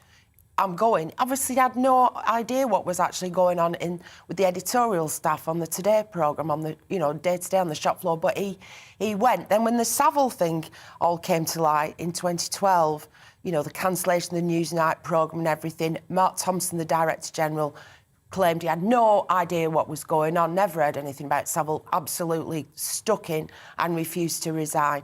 You know, the big discussion at the moment is, should Boris resign if the rules have been broken in number 10, whether he was present at the time or not. And then you get Keir Starmer, people defending him, saying, no, he had absolutely no reason to know what was going on among the people who worked for him at the Crown Prosecution Service. You know, some low-down guy was dealing with the Savile case. I mean, if you're running an organisation, and now she's been made to resign, if you're running an organisation, if something goes wrong, do you say mea culpa, I'm paid to get the best out of this setup and take the rap, or do you not? Yeah, and in the business world, you do, don't you? Chief executive straight out, but it seems to be in these sort of public organisations much harder. Well, there's no consistency there either, no. Fraser, front page of The Times, one of Britain's richest men has withdrawn his support for Durham University. Why? Because even though we're supposedly, you know, out of COVID restrictions, even the Plan B restrictions that we had for the Omicron variant are over, Durham University is still doing a lot of its lectures and classes online. And it's really striking that this sort of keeps happening, where often it's the areas of life that are lowest risk. You think universities are full of young people, schools full of young people who are much at, you know, a much lower risk of COVID than anyone else, who are sticking to some of the harshest and most restrictive rules. It makes no sense. And I think, unfortunately, lecturers are making a rod for their own backs if they're starting to do things online, because they will soon find that their lectures can be filmed and shown the next year and the next year and the next year. So it's not a good look. Not a good look at all. all. And it's not a good life for kids either, because No. if you're in your third year of university now, I was reading the other day, examples, you've had one proper term, you know, normal university life, and so much more to university life than just attending lectures. It's the enrichment of your social life and also that levelling up thing where you mingle and you meet people from different walks of life. It's important. Liz, you've got inside The Times. This is the business pages here about AstraZeneca and profits raised as a result of the pandemic. Well, it's not so much that. I mean, I often go into the business pages because you find stories that don't reach the top. Yeah. And AstraZeneca, of course, made their vaccine on a non-profit basis, and they had the rug pulled from under them. There's an excellent documentary on the TV this week across Europe with the likes of Macron saying it's not suitable for the elderly. Similarly, in Germany with Angela Merkel, and you know, largely discredited. And then in this country we were all given Pfizer as the booster, not AstraZeneca. Interesting, in this article, they had to bat off a takeover from Pfizer a few years ago. Thank goodness they did, because then they were able to pursue their own research and produce that. But it's from many other different medicines that this dividend, they're reaping the benefits now, especially a cancer drug that they produce, and about a dozen other medicines. AstraZeneca, although it's called the Oxford AstraZeneca vaccine, AstraZeneca are based in Cambridge. So huge biotech industries there. and really, really great research and development, and the industries of the future for our economy. Just as you mentioned earlier about the nuclear fusion research near Oxford that's going to provide us, hopefully, with unlimited energy supplies. It's all good stuff, but it doesn't seem to get reported. So I just thought I'd highlight that. And good for AstraZeneca. Shall we end on this story in the Telegraph, page 16, which is about UK funding, which the French are going to put to good use, depending on your viewpoint, on CCTV networks to try and stop migrants and catch smugglers? Some of the money that the UK has sent to France to stop people getting into dangerous dinghies in freezing cold waters and potentially dying is to be used to put CCTV cameras on the beaches around Calais and Sangatte with the cameras, automatic recognition for number plates, is to catch basically the people smugglers. So I just thought that was interesting that France has upped the game in that department and brought that in. But of course it depends on the response, because the control for this network of cameras is going to be 60 miles inland, and any intervention will depend on somebody not just shrugging their shoulders in a monitoring place in France. But if you can stop people, once people are in the water, you've got to help them. The idea of this is you stop the people who are making a fortune out of it, launching the boats in the first place. Liz, thank you very much indeed. Liz and Fraser there with your papers on this Friday all morning. Appreciate your input. Thank you very much indeed. 20 to 9 is the time. Now, if you were with us last hour, we took you to Berry Market. I say we. Our reporter Bradley Harris took you inside. It's been voted not once but twice the UK's best market. Let's see if Bradley's had any success with the challenge that we set you. Bradley.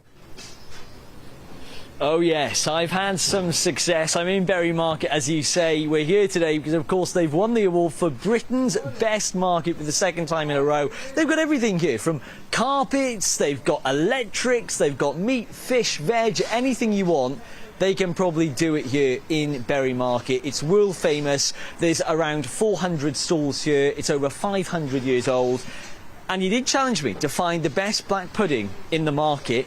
Well, take a look. Here I am. Chadwick's Berry Black Pudding. I'm told it is the best black pudding here in the market. Just want to chat to you. First of all, Tony, good morning. It is the best Berry Black Pudding. You've been here for... Oh, go on. Chadwick's is the best. You can buy it in any supermarket, but not else. It's good to come and meet you. First of all, though, I want to know what the difference is, because you've got berry black pudding and you've got white pudding as well. So what's the difference? About 35p. White pudding's a totally different product. It's made from pork, bacon, porridge, onions, traditional Irish recipe. But black puddings, we go back as a family 1865. So that's why nothing's changed. That's why they're good. Why do you keep coming back to Berry Market? It's world famous. You keep coming back. What's in it for you? I enjoy my job. It's the customers. They make the day. And I love taking the mick. You just enjoy it. It makes the day go by. They enjoy it. You get the sort of service and banter that you can't get in any supermarket. Yeah, do you know what, Tony? I do agree. There is something about a market that we as Brits just really love and take pride in. In the corner of my eye, take a look at this. It's only the award. Look at that. This is the actual... Of course, it's at your stall, Tony, the Berry Market Award. Look at that. The Great British Market Awards 2022. Berry Market, Britain's favourite market. There it is. Evidence is there. And now I just want to come round, Tony, because I was challenged by Isabel and Eamonn to try some of the best black pudding in Berry Market. Because I can see you've got something set up. Let's come on in. I'm going to get Franco to come in and take a closer... Oh, look at that. Fresh. So what's happening here then, Tony? Well, I'm warming them up so customers get hot one all day. But I'll challenge you to have one now. Oh, go on then. OK, so it's fresh from the hot water. And are you going to chop it up and then I'm going to try some? I'll slice it in half and see if you're a professional. I'll even take the corner off for you. You're a gent. I know. Too good for my own good. Can I just say, I wish we had smell vision, because it smells absolutely stunning. and obviously you're going to make a mess, so...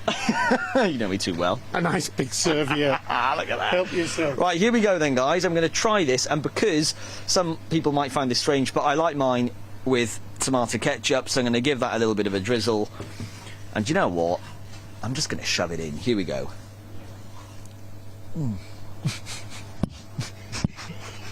Classic. Can't even get it in.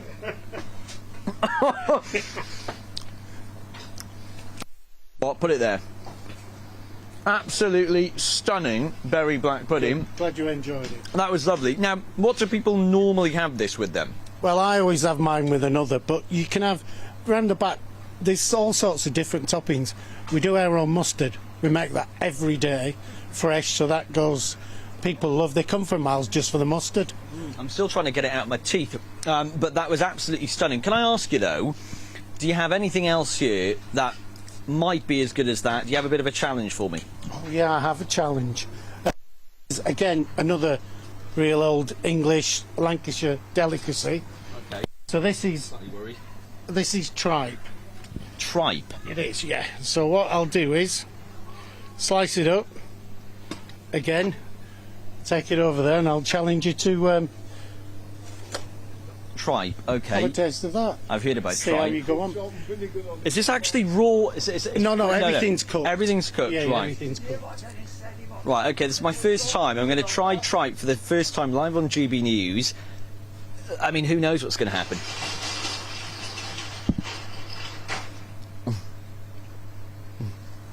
Whoa. Definitely needed the napkin. That was a challenge. That was, yeah, okay. I think I might need the black pudding just to get rid of the flavour. That was interesting, Eamonn. Disaster. That was That's very what it was. interesting. Disaster, all of it. And I don't know what way you were eating that black pudding. Ketchup? I never saw anything like that. Ketchup on the. I mean, Liz here, Liz Kershaw, a frequent visitor to Bury Market. Connoisseur de black pudding. I was just going, Probably no! When he put the ketchup on, that's appalling. We were never allowed sauce on anything. No. But you can't put that ketchup on that. And also, you don't eat the skin. Skin? It's Yeah, not you had to- skin. do you realise you were eating the skin? It's the plastic or skin. I didn't realise that I was eating the skin at the time. No, Rookie errors, Bradley. Rookie errors. Tripe. Well, that was reserved for the men. Was it? Yeah, you could. We used to sit there, and my mum would get tripe, but only for me dad. And he'd So it was sit like at a the treat. top of the table, and Yeah. it was a man's. And I was so grateful. Yeah, I bet. Yeah. Oh, I can't wait. I'm going up there today. I can't wait. You take the girl out of, Very offers. I'm going to have pies. I'm going to have black pudding. I'm Yeah. going to have spam. Maybe leave the tripe. I won't touch No, we'll the not stuff. bother with tripe. No. Mr. Bradley, thank you very much indeed. Thank you. That was a very interesting look round that stall. Very, very good. Award-winning Bury Market there. So we don't stop in Bury. We're also going to Leamington Spa, we are. in Warwickshire. Our Yeah. reporter Balvinda Sidhu has been out and about for us this morning, showing us a really lovely, leafy, affluent town. Where are you now? Good morning, Isabel and Eamonn. Yes, I've just come to the town centre. I'm in the old part of the town. It is divided into the new town and the old town. It's quite busy here because, as you can see, traffic is building up as people are heading to work and school. But I just wanted to capture the essence of the town. I've been speaking to students, I've been speaking to families, and what's grabbed my attention is this building behind me. It's called Enchanted Tea Room. I'm going to go inside. It looks stunning. I mean, it's beautiful. Look at all the flowers. It looks like the kind of place children would like. So I'm just going to go inside. Right, follow me through. It is absolutely stunning in here. Oh my goodness. It's got a real fairy tale theme, lots of beautiful flowers. I can see Alice in Wonderland, Peter Rabbit, and I'm going to see if anybody is in. There's also some delicious cakes. That's not going to do much good for you if you're feeling hungry this morning. Hello, is anybody in? Oh, hi, I'm Bal. I'm from GB News. You're live on Breakfast with Eamonn and Isabel. What's your name? Kelly Isles from Enchanted Tea Rooms. Are you the owner of this venue? I am, yes. So I own Enchanted in Leamington Spa. Oh, excellent. Thank you so much. We just here in the town, we've been speaking to students and families about some of the big stories of the day. Just tell me about this place. I mean, it grabbed my attention when I was outside. What do you do here? So we are a live performance afternoon tea venue. We combine fairy tale stories with live performance. So you can come and have afternoon tea with some of your favourite fairy tale characters, so princesses. So while you're enjoying our afternoon tea, there'll be princesses singing live and dancing around the tea room for you to enjoy. Oh, that sounds amazing. I would say that's really ideal for children, but even sounds like something I would enjoy as well. Yeah, we get 65% adults, 35% children. So we get a lot of adults only come, so it's not just for children. Yeah. Wonderful, wonderful. So, Kelly, I want to ask you, we're coming out of the pandemic. Obviously, you're in the hospitality industry. How has the last 2 years been for you? For us, it's been extremely hard because we were classed as theatre and hospitality, which meant that we couldn't open for a lot longer than other businesses. There wasn't an option to run this business as a takeaway because what we do you can't do as a takeaway. So almost 20 months enclosed for us on and off. A lot of stop-starts. So hopefully now, with no restrictions, it's going to stay this way so we know where we are as a business and can continue, really. And in other news, inflation is going up, cost of living is going up. What impact is that going to have on your business? Everything is going up. Our prices have gone up. Our customers, luckily, have been very understanding and appreciated that. But most of our food things have gone up from sort of between 60 and 70% overnight.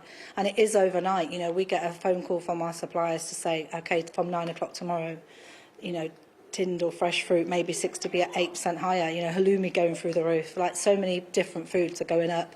The price of everything is going up, the price of emptying our bins. So every little element of a business is increasing, and that's without even the electricity that's about to come as well. So, yeah. Are you worried about surviving in this current climate?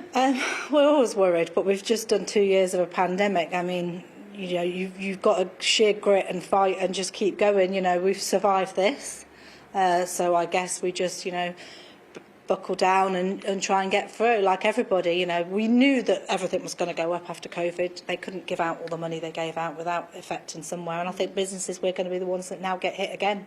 And finally, Boris is potentially going to lift all restrictions. No need to self-isolate if you test positive. That could be happening as soon as sort of towards the end of this month. Is that good news for you?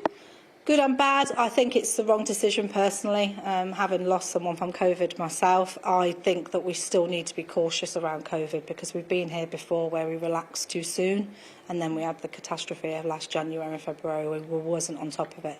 I think we've got to learn to live with COVID and I'm more than happy to start living with it, but I still think with some caution. OK, that's great. Thank you so much, Kelly. It's been fantastic talking to you. Thank you so much for your time. Eamonn and Isabel, I will be back with you within the next sort of half an hour, hoping to speak to some more people in Leamington Spa. Thank you. Thank you very much indeed. Excellent. We're now joined in the studio by Hannah Hope, the Sun and Sunday's assistant showbiz editor. We're talking about what else? Showbiz headlines. And, of course, the big story, Hannah. Adele's been in town for the Brits this week and she's been living it up. Tell us what she's been up to. Indeed. So she didn't go partying after the Brits, but she certainly made up for it last night. After recording Graham Norton's chat show, she headed to gay club Heaven in London city centre and did a surprise judging of Porn Idol. Now, if you're not familiar with this competition, it's where members of the public have their moment and the opportunity to do a little pole dance. And she turned up unexpected to the club and was dragged up on stage by drag queen Cheryl Hole and actually judged the competition. Wow, we've got a picture of her with the drag queen. Oh, wow, there she is. And she'd been having a few drinks. She looked like she was pretty merry, yes, definitely. And, yeah, she even did a little pole dance herself. So Adele isn't a dancer. We usually just see her sing and be quite still in her performances. But she certainly wanted to show off her dance moves last night as she actually did a pole dance. Oh. Well, well, well. OK, from pole dancing to masked singers, it's the finale this weekend. We will be finding out who Panda, Robbo Bunny and Mushroom are. Indeed. So we've got lots of guesses out there. People think that Panda could be Natalie Imbruglia. People think Robbo Bunny could be Westlife's Mark Fearley. I'm not quite sure who I think Mushroom is. I've tried to have a guess. But yeah, no, the final is on Saturday and there's lots of excitement about it. Joss Stone, who won the show last year as Sausage and Chips, is coming back to guest judge. So it should be a very exciting evening. Oh, love a bit of the Masked Singer. You'd be good on that. I've been asked to do it. You should do it. Have you got a good singing voice, He Eamonn? does. No, you see, that's the thing, Hannah. these people, I mean, you're talking about professional singers there, right? So what chance do you have? I mean, you know, however well you may think you hold a tune in the shower or whatever, you just can't compete with that. I mean, the idea of the costumes and the heat involved in it and all that. The costumes are really heavy, actually.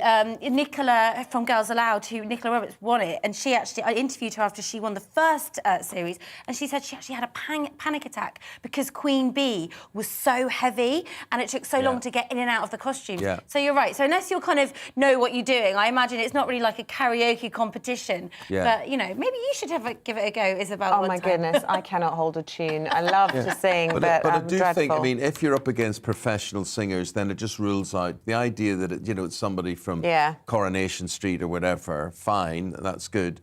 But as soon as you're up against pros who do it for a living, I just think that's The thing I like about The Masked Singer, though, is that it is a kind of fun competition. You don't really win anything other than the title of winning The Masked Singer. Yes. It's not like the X Factor or The Voice, where there's this whole pretense of trying to have a singing career. You can just do The Masked Singer, have some fun, and then carry on with your life, which I quite like. Nice. Look, we're talking about Valentine's Day because lots of people celebrating early this weekend. We've got some wine tasting coming up in the next half an hour. Oh, wow. But Colin the caterpillar has had I was about to say Halloween.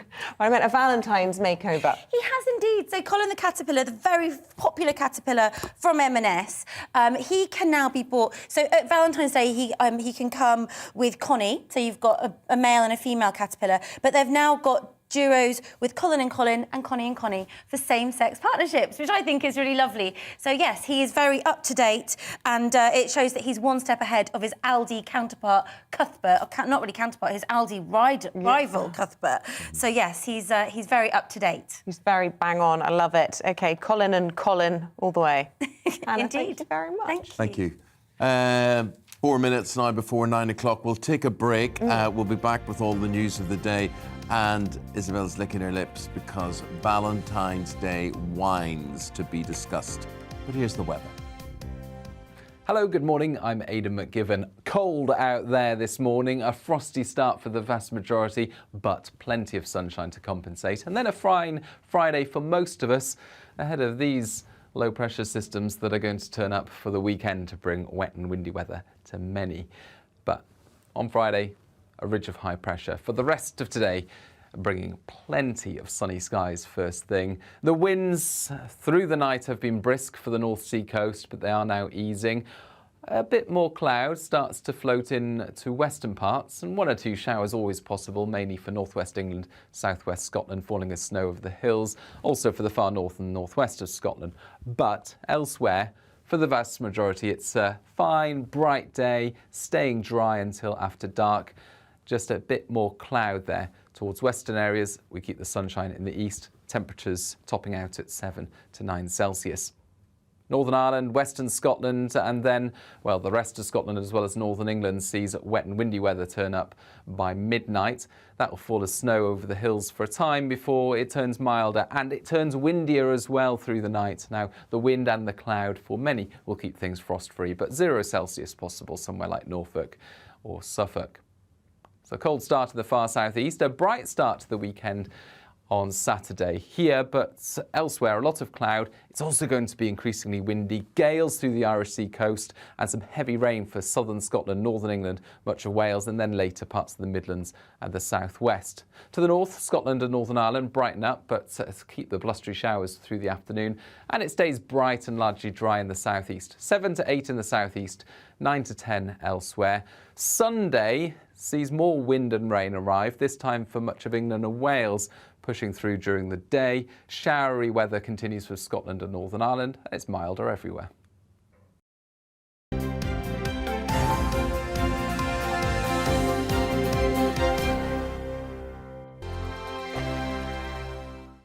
GB News is the UK's home of discussion and debate from all perspectives. To stay up to date on the latest stories, make sure that you subscribe to the GB News channel right here on YouTube. You can watch us live 24/7 across the whole world. You can also check out exclusive content and catch up on previous episodes of your favourite shows. Every day, we ask the questions that you'd ask, so why not add your voice to the conversation in the comments section? Don't forget to subscribe. We are GB News, Britain's news channel. Every night at 11 on GB News, we bring you the next day's stories the day before. It's basically like time travel.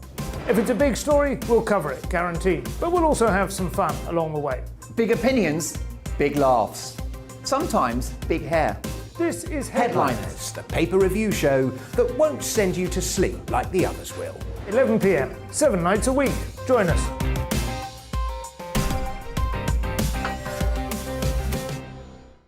Hello there, I'm Eamonn Holmes. And I'm Isabel Webster. And we hope you can join us for Breakfast with Eamonn. And Isabel. You make me laugh out loud, belly laugh. Is that important first thing in the morning? Yeah, absolutely. And there's me trying to be deadly serious. News is a serious business. Yeah, I have to rein you in sometimes. Well, it doesn't stop us laughing at it. It doesn't stop us having an opinion on what's going on. Yeah. And it certainly will not stop us reflecting what you think. Weekdays from 6 to 9:30 on GB News. I'm Dan Wootton. Join me Monday to Thursday from 9 to 11 for the feistiest and most fun news debate on TV, where free speech reigns. I'll bring you a sharp take on the day's biggest stories, bombshell newsmaker interviews, and A-list guests. And I guarantee you, no spin, no bias, no censorship, and no reason to go to bed. That's Dan Wootton tonight, Monday to Thursdays from 9 on GB News.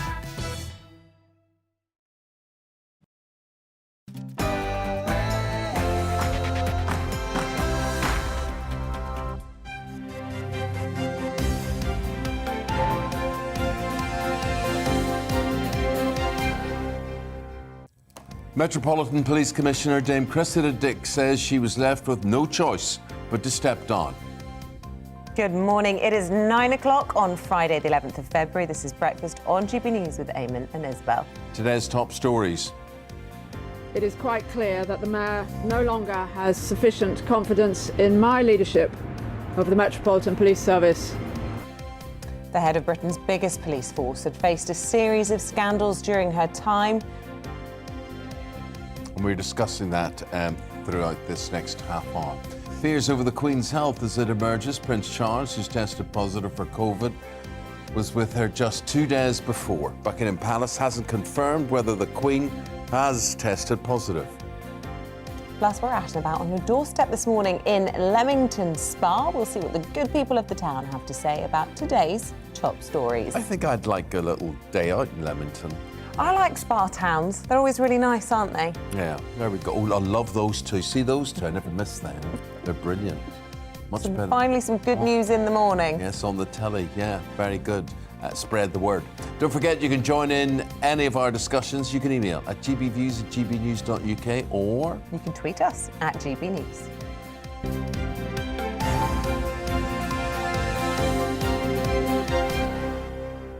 So the Metropolitan Police Commissioner, that's the police force in London, Dame Cressida Dick, is stepping down. This comes after a series of damaging controversies. Our Home and Security editor, Mark White, joins us live this morning from Scotland Yard. And Mark, what a difference a day makes. Defiant in the morning and, well, resigning come evening. Yeah, good morning to you both. Certainly that was the case with Dame Cressida Dick appearing on radio yesterday morning, defending herself and the force, of course, after a number of recent controversies. The most recent just last week with the revelations that officers working out of Charing Cross Police Station in central London had been engaged in activities and sending messages to each other which were deemed to be racist, homophobic, misogynistic. But, you know, the Metropolitan Police Commissioner had recently got a 2-year extension to her contract, and despite the London Mayor Sadiq Khan saying that she was on notice, effectively, to improve things here at Scotland Yard, nobody thought that she was heading out the door imminently. But it seems that London Mayor Sadiq Khan had said to Cressida Dick that he required from her an action plan of how she was going to drastically improve things at Scotland Yard. He wasn't satisfied with her response and refused to give her his full backing when she asked for that yesterday, and then she said she felt she was left with no choice but to resign. I've been looking back at the latest developments and, of course, of the tenure of the Met's first female commissioner. For months now, the pressure had been building on the UK's most senior police officer after repeated controversies within the Met undermined her leadership. In the end, it was London Mayor Sadiq Khan who effectively wielded the axe, telling the Commissioner she was on notice after yet more revelations of appalling behaviour among some of her officers. When he refused to give her his full backing, Dame Cressida said she felt her position was no longer tenable. He has left me no choice but to step aside. I say this with deep sadness and regret. Undertaking this role, a Crown appointment, as a servant of the people of London and the United Kingdom, has been the greatest honour and privilege of my life. Much of the recent pressure on Cressida Dick followed the fallout from the abduction, rape and murder of Sarah Everard by one of the Met's own officers. As appalling as that was, it was compounded by the Met's handling of the subsequent vigil, which descended into scenes of violence. Move back! The murders of sisters Biba Henry and Nicole Smallman in a North London park brought further outrage after it was revealed two officers who should have been guarding the murder scene had taken selfies next to the sisters' bodies. The final straw came last week after the police watchdog published messages sent by officers that used sexist, racist and homophobic language. Last week, I made clear to the Metropolitan Police Commissioner the scale of the change I believe is urgently required to rebuild the trust and confidence of Londoners in the Met. I'm not satisfied with the Commissioner's response. It's clear that the only way to start to deliver the scale of the change required is to have new leadership right at the top of the Metropolitan Police. Cressida Dick has agreed to stay on while arrangements are made to find a successor. But one former senior officer said the post had now become a poison chalice. It does worry me that the way in which this commissioner has been treated by politicians, that perhaps some of the best people will question themselves as to whether they actually want to step into the line of fire. If you treat people badly, it's very difficult to replace them. The Met Commissioner's role has never been far from controversy, the most political of policing jobs, where issues managed are often of national significance. And straddling the demands of a Labour Mayor and Conservative Home Secretary only add to the complexities. Among rank-and-file police officers, there is widespread support for a commissioner who, unlike some of her predecessors, was largely seen as having their backs. But ultimately, it was the behaviour of some of those officers who brought an end to the career of Scotland Yard's first female commissioner. Mark White, GB News. And with that, we bring you up. Oh, sorry, Mark is still there. Sorry, Mark. Have you any more to add to that? Forgive me. No, just that Cressida Dick will be staying on for a short while, we believe. It may only be until they appoint an acting commissioner to take them through the process of getting a permanent commissioner. That is what has happened in other appointments over the years. So she may not have too much longer in the job before she finally goes. Thanks, Mark. Appreciate it. We're going to bring you up to date now with what else is happening news-wise. Buckingham Palace has refused to confirm whether the Queen has tested positive for coronavirus after she had direct contact with Prince Charles, who tested positive yesterday. It's thought Her Majesty currently has no symptoms after spending time with the Prince of Wales on Tuesday. The Defence Secretary heads to Moscow today to meet his Russian counterpart. Ben Wallace is hoping to make clear that Russia invading Ukraine would be a lose-lose situation. It's after the Foreign Secretary Liz Truss met with her opposite number in Moscow yesterday. Fully vaccinated passengers no longer need to take a COVID-19 test when arriving in the UK. The change, which the travel industry is calling a new chapter in its recovery, comes as hundreds of thousands of people are set for a half-term getaway. Wales is to scrap COVID passes and the need to wear face masks in certain venues later this month. Meanwhile, the First Minister, Mark Drakeford, has tested positive for COVID and will confirm those changes later today after case numbers have fallen. The Woodland Trust is asking for the public's help to raise the remaining £1 million towards a new wildlife project in Devon.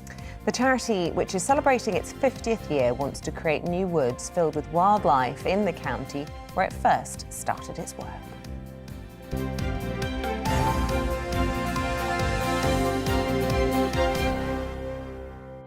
I might be making this up, but back of my mind, I feel like you support the Woodland Trust, don't you? I do. How did you know that? that? No, it's just one of those things I remember being impressed by. It's one of my charities. I really am a big fan of what they do, and it's so important. Rewooding, you know, rewilding, deciduous all trees, putting them everywhere, and I mean that's an interesting concept that they have there to create this sort of mini ecosystem, this forest with animals and everything. And it actually ties really nicely this year because it's the Platinum Jubilee and it's one of the Queen's ambitions as well, is to get us all planting trees. So trees. The year of the tree. Love it.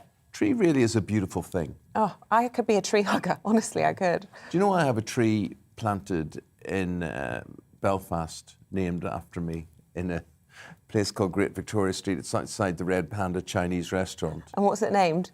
Well, it was just as a plaque with my name on it. Oh, and it was, I see. it It's was not there. the Eamonn Holmes variety of acacia or something. People used to water it frequently. Oh, right, OK, I see where this is going. And then somebody broke it in half. Oh, do you know what? That sort of thing wouldn't happen in Leamington Spa. It would not. It would not. That's where we are. In Warwickshire, which is where we are for On Your Doorstep. Well, let's cross for one last time this morning to our reporter, Balvinder Sidhu. To be fair, she's been all over Leamington Spa this morning. Bal, where are you popping up now? I'm still in the town centre, Isabel, because this morning, if you've just tuned in, we have been in Leamington Spa all morning. We've been speaking to students, we've been speaking to families, and we've been speaking to some businesses now, because in this pandemic, the hospitality industry has been hit quite hard. And are they making a recovery? You know, we're going to find out. We're going to speak to the owner, I'm hoping, of this venue here. It's called Temperance. And if you don't know what that means, Temperance, it's an old building. It's been here for a long time. It used to be a hotel where they didn't serve alcohol, basically. So let's go inside and it's now a cafe that serves vegan food. Good morning. GB News here. You're live on Breakfast with Isabel and Eamonn. Can I speak to the owner, please? Yes, he's just upstairs. Oh, lovely. OK, follow me. We're going to go up the stairs. Right, we've been speaking all morning to people about COVID restrictions potentially being lifted in a couple of weeks. It's been good to get everyone's opinions outside of London. So today we are in Leamington Spa. Good morning. My name's Bal. You're live on Breakfast with Eamonn and Isabel. Can I just get your name? Adrian. Hi, nice Excellent. to meet you. Nice to meet you, Adrian. Look, we're in Leamington. We've been speaking to lots of people, getting their opinions on the big stories of the day. And I just want to know, Adrian, you know, you're the owner of this venue. Just tell me a little bit about it. How long have you been working here? Oh, we opened in 2018 and we were just getting going before the pandemic hit in about 2020. So we were going great, but then we've been closed for about 18 months. So things haven't been going brilliantly because we're a cafe by day and by night we're a kind of event space. So we have live music, we have comedy, we have poetry, we have film. And of course everything had to stop, like most places. So. Well, that sounds amazing. And, you know, do you feel like you're making a good recovery? Inflation's going up? Yeah, we are doing okay now. Of course, December and January were really quiet. Lots of events had to be cancelled. But even over the last few weeks, we've seen, you know, events are booking out, groups are coming back, the cafe's getting busier. So, yeah, we're looking forward to, a recovery, which is for the first time in 2 years. So, yeah, we're doing okay. So it's things are looking up.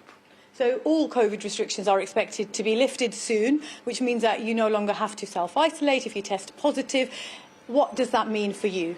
Well, we've had a few members of staff had to go off sick because of COVID, and of course with a very small team that makes it very difficult to keep us going. So we've had one member of staff off for nearly 2 weeks.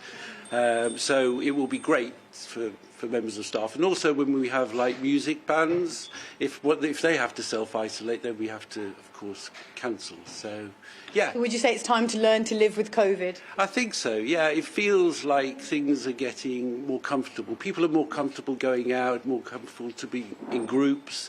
You know, we have a basement downstairs where we have a lot of our gigs, and yeah, people are just happy to be.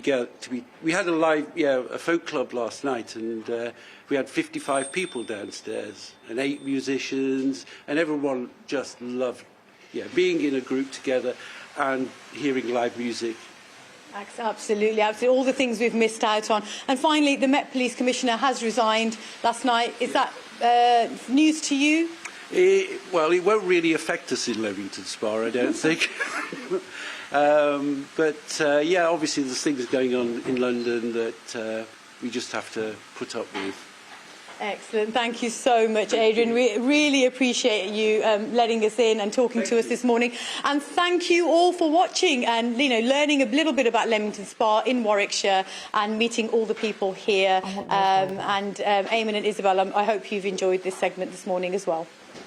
Well, thank you, Balvinder. Very, very good of you, and a comprehensive tour. I feel I know the area now. Well, I feel I'd like to know better. We're going to call on you, Balvinder. You're going to be our guide. Bring us around the best places. Absolutely, and in fact, I think you guys should come and do this with us. We'll take you to some of the quirkiest places in our regions, and we'll get you sampling some of the finest produce of that region. How does that sound, Eamonn and Isabel? Sounds like a date. Studio. Looking forward to it. Perfect. Thank you very much. Fantastic.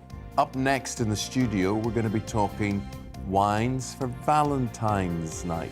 But first of all, here is your Valentine's forecast.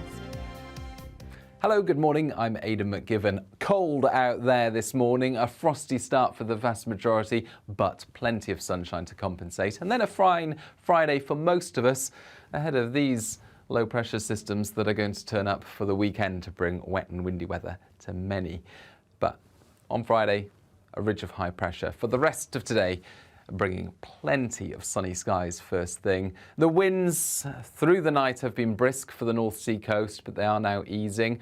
A bit more cloud starts to float in to western parts, and 1 or 2 showers always possible, mainly for northwest England, southwest Scotland, falling as snow over the hills, also for the far north and northwest of Scotland. But elsewhere, for the vast majority, it's a fine, bright day, staying dry until after dark. Just a bit more cloud there. Towards western areas, we keep the sunshine in the east, temperatures topping out at 7 to 9 Celsius. Northern Ireland, western Scotland, and then, well, the rest of Scotland as well as northern England sees wet and windy weather turn up by midnight. That will fall as snow over the hills for a time before it turns milder, and it turns windier as well through the night. Now, the wind and the cloud for many will keep things frost-free, but 0 Celsius possible somewhere like Norfolk or Suffolk. So a cold start to the far southeast, a bright start to the weekend on Saturday here, but elsewhere a lot of cloud. It's also going to be increasingly windy, gales through the Irish Sea coast and some heavy rain for southern Scotland, northern England, much of Wales, and then later parts of the Midlands and the southwest. To the north, Scotland and Northern Ireland brighten up, but keep the blustery showers through the afternoon, and it stays bright and largely dry in the southeast. 7 to 8 in the southeast, 9 to 10 elsewhere. Sunday sees more wind and rain arrive, this time for much of England and Wales, pushing through during the day. Showery weather continues for Scotland and Northern Ireland, and it's milder everywhere.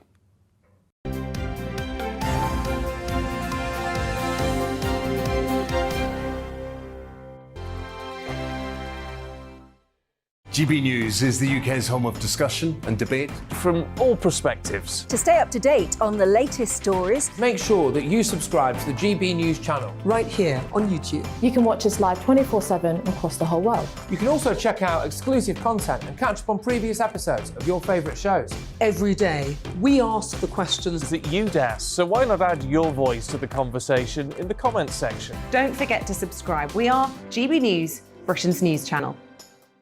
Every night at 11 on GB News, we bring you the next day's stories the day before. Basically like time travel. If it's a big story, we'll cover it, guaranteed. But we'll also have some fun along the way. Big opinions, big laughs. Sometimes big hair. This is Headliners, the paper review show that won't send you to sleep like the others will. 11 p.m, 7 nights a week. Join us.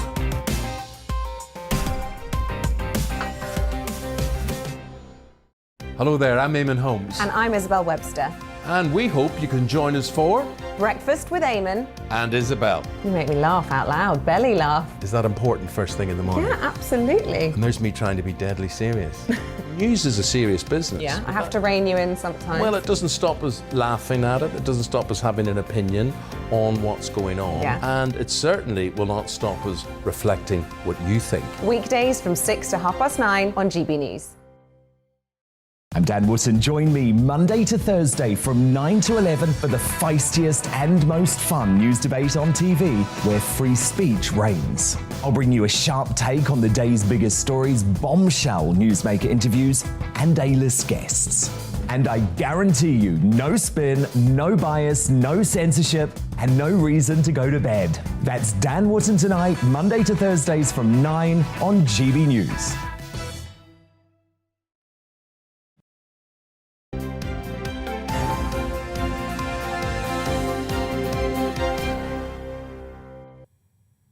Well, at this time of the programme, as we wind down into the weekend, many of you may be, like me, thinking about your romantic plans for the weekend. And why is that, Isabel? Well, it's Valentine's on Monday. Yes. No one wants to celebrate on a Monday. Lots of people doing it this weekend. That's what I'm doing. And if you are, you may need some help to sort of make people relax, to loosen the mood and whatever. And we have got wine consultant Libby Brodie here to advise you on which wines pair perfectly with the mood of Valentine's Day. Libby, good morning to you. Good morning. Thank you very much for having me here. We're all becoming more and more expert in wine, aren't we? It's becoming something that sort of, we were talking a little bit earlier today about how beers are sort of kind of going out of fashion a little bit, and wine's very much where it's at. Well, yes, actually, over lockdown, wine overtook beer for the first time as the UK's preferred beverage. Alcoholic beverage. Now, what do you prefer today? Start pouring. Well, obviously, yes, let's start pouring. So basically, Valentine's Day, you've got to think champagne. Ooh, look, lovely. Right, so we're going to start with the rosé champagne. Now, this is Ruinart. Ruinart is actually the first established champagne house, so it's got a beautiful bit of history to it. Cheers. I'll just pour tiny little glasses because it is the morning. Oh, yeah, you ought to as well. Though champagne, I feel, is a breakfast drink. So cheers. Yeah. What is the covering on the bottle? What's that? Doesn't look very high-end.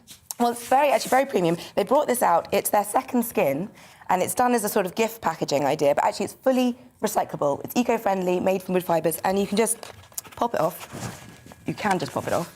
There you go, like that. So the idea is to keep it cold?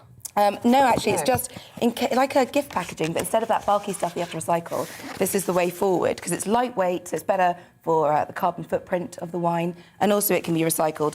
And they do actually team up with artists and get them to work on designs as well with them. They're an artistic house. Meanwhile, what's inside? How would you describe it? Very nice. It's a rosé champagne, so it's got those beautiful fresh berry flavours. I actually get quite a lot of cherry and strawberry, a bit of pomegranate and some citrus. And this is going to go really well with a number of dishes, and it's very romantic, and it's wonderful the champagne lover in your life. But it does come with a price point, because obviously it's champagne, so it's $69.99.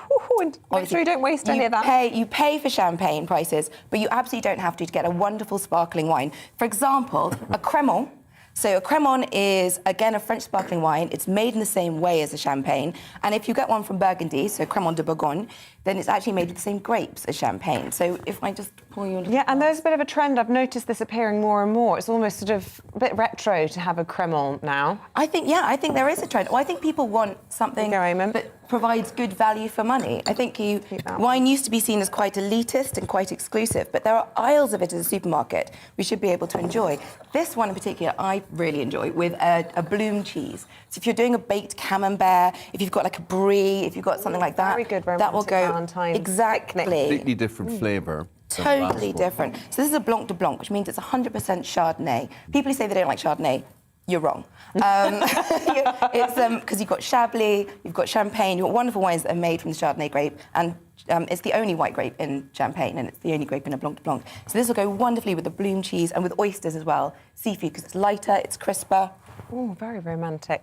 You've got that citrus and that creaminess that comes from traditional method wines. But again... Sharper than the it's got that freshness, it's got more of that lemony, citrusy flavour. Now, if one of your glasses is empty... Well, which one? I think I'm going to go for the... I can pour in.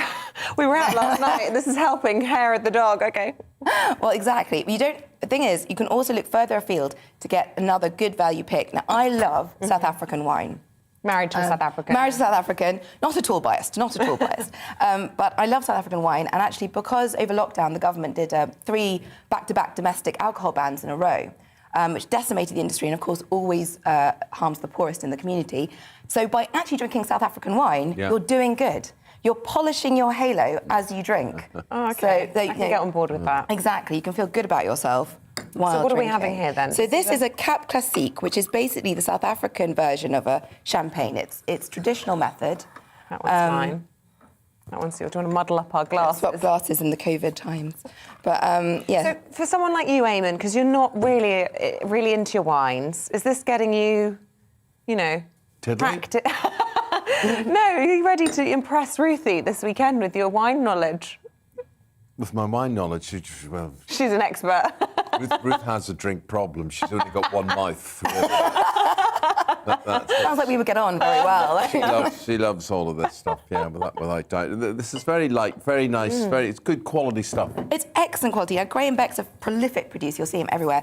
This is, just to give you the prices, this is $14.99 from Waitrose. Okay. So that's basically a quarter of the price of the champagne, because champagne is often, it's wonderful. This is a fantastic, well, lady with expensive taste. Now, you've got 2 little peachy numbers We there. do. We've got some rosés. So the Graham Beck, the MCC is again... We can pour it rather than neck it. What should we do? Yeah, you don't have to. You don't have to. I'm not. What are you doing, Libby? I'm doing shots, apparently. It's fine.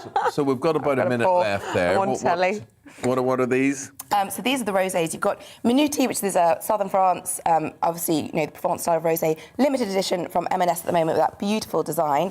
I could let you nice know rosé all day. And then this one here. So this is a £15 limited edition, beautiful rosé. And rosé is a very food-friendly grape. It's a fantastic, not grape, food-friendly wine because it's got beautiful acidity and freshness and a little bit of that fruit flavour. So whether you're serving steak or oysters or Thai takeaway, a rosé is always a safe bet. If you don't know what your loved one is making you for Valentine's Day, go for a rosé. But even in winter, because I find wine snobs judge me if I go out and order a rosé, and they're like, "Oh, you're such a Philistine drinking rosé in the winter. It's got to be red and it's got to be heavy." I'm very anti-wine snobs at all. In fact, my page is Wine Without the Snobbery, and I do believe that it's whatever your palate craves and want. And actually, rosé is getting a really big lot of love for rosé at the moment. Well, cheers to you, Libby Brodie. Thank you very much for your Libby, consultation. You've got us all excited. May Valentine's Day be Happy good Valentine's to you Day. And to you. and everybody And to you. else. Yeah, thank you very much indeed. Isabel and I'll say goodbye.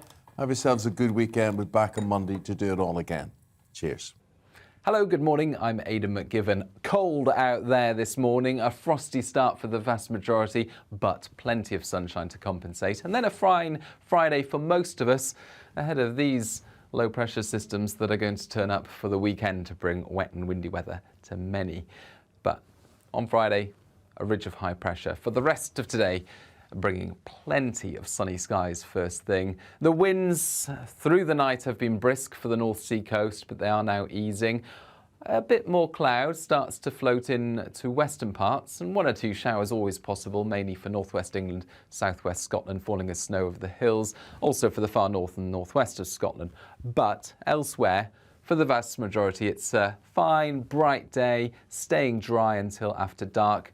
Just a bit more cloud there. Towards western areas, we keep the sunshine in the east, temperatures topping out at 7 to 9 Celsius.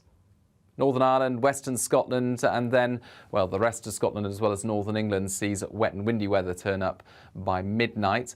That will fall as snow over the hills for a time before it turns milder, and it turns windier as well through the night. Now, the wind and the cloud for many will keep things frost-free, but 0 Celsius possible somewhere like Norfolk or Suffolk. So a cold start to the far southeast, a bright start to the weekend on Saturday here, but elsewhere a lot of cloud. It's also going to be increasingly windy, gales through the Irish Sea coast and some heavy rain for southern Scotland, northern England, much of Wales and then later parts of the Midlands and the southwest. To the north, Scotland and Northern Ireland brighten up, but keep the blustery showers through the afternoon, and it stays bright and largely dry in the southeast. 7 to 8 in the southeast, 9 to 10 elsewhere. Sunday, sees more wind and rain arrive, this time for much of England and Wales, pushing through during the day. Showery weather continues for Scotland and Northern Ireland, and it's milder everywhere.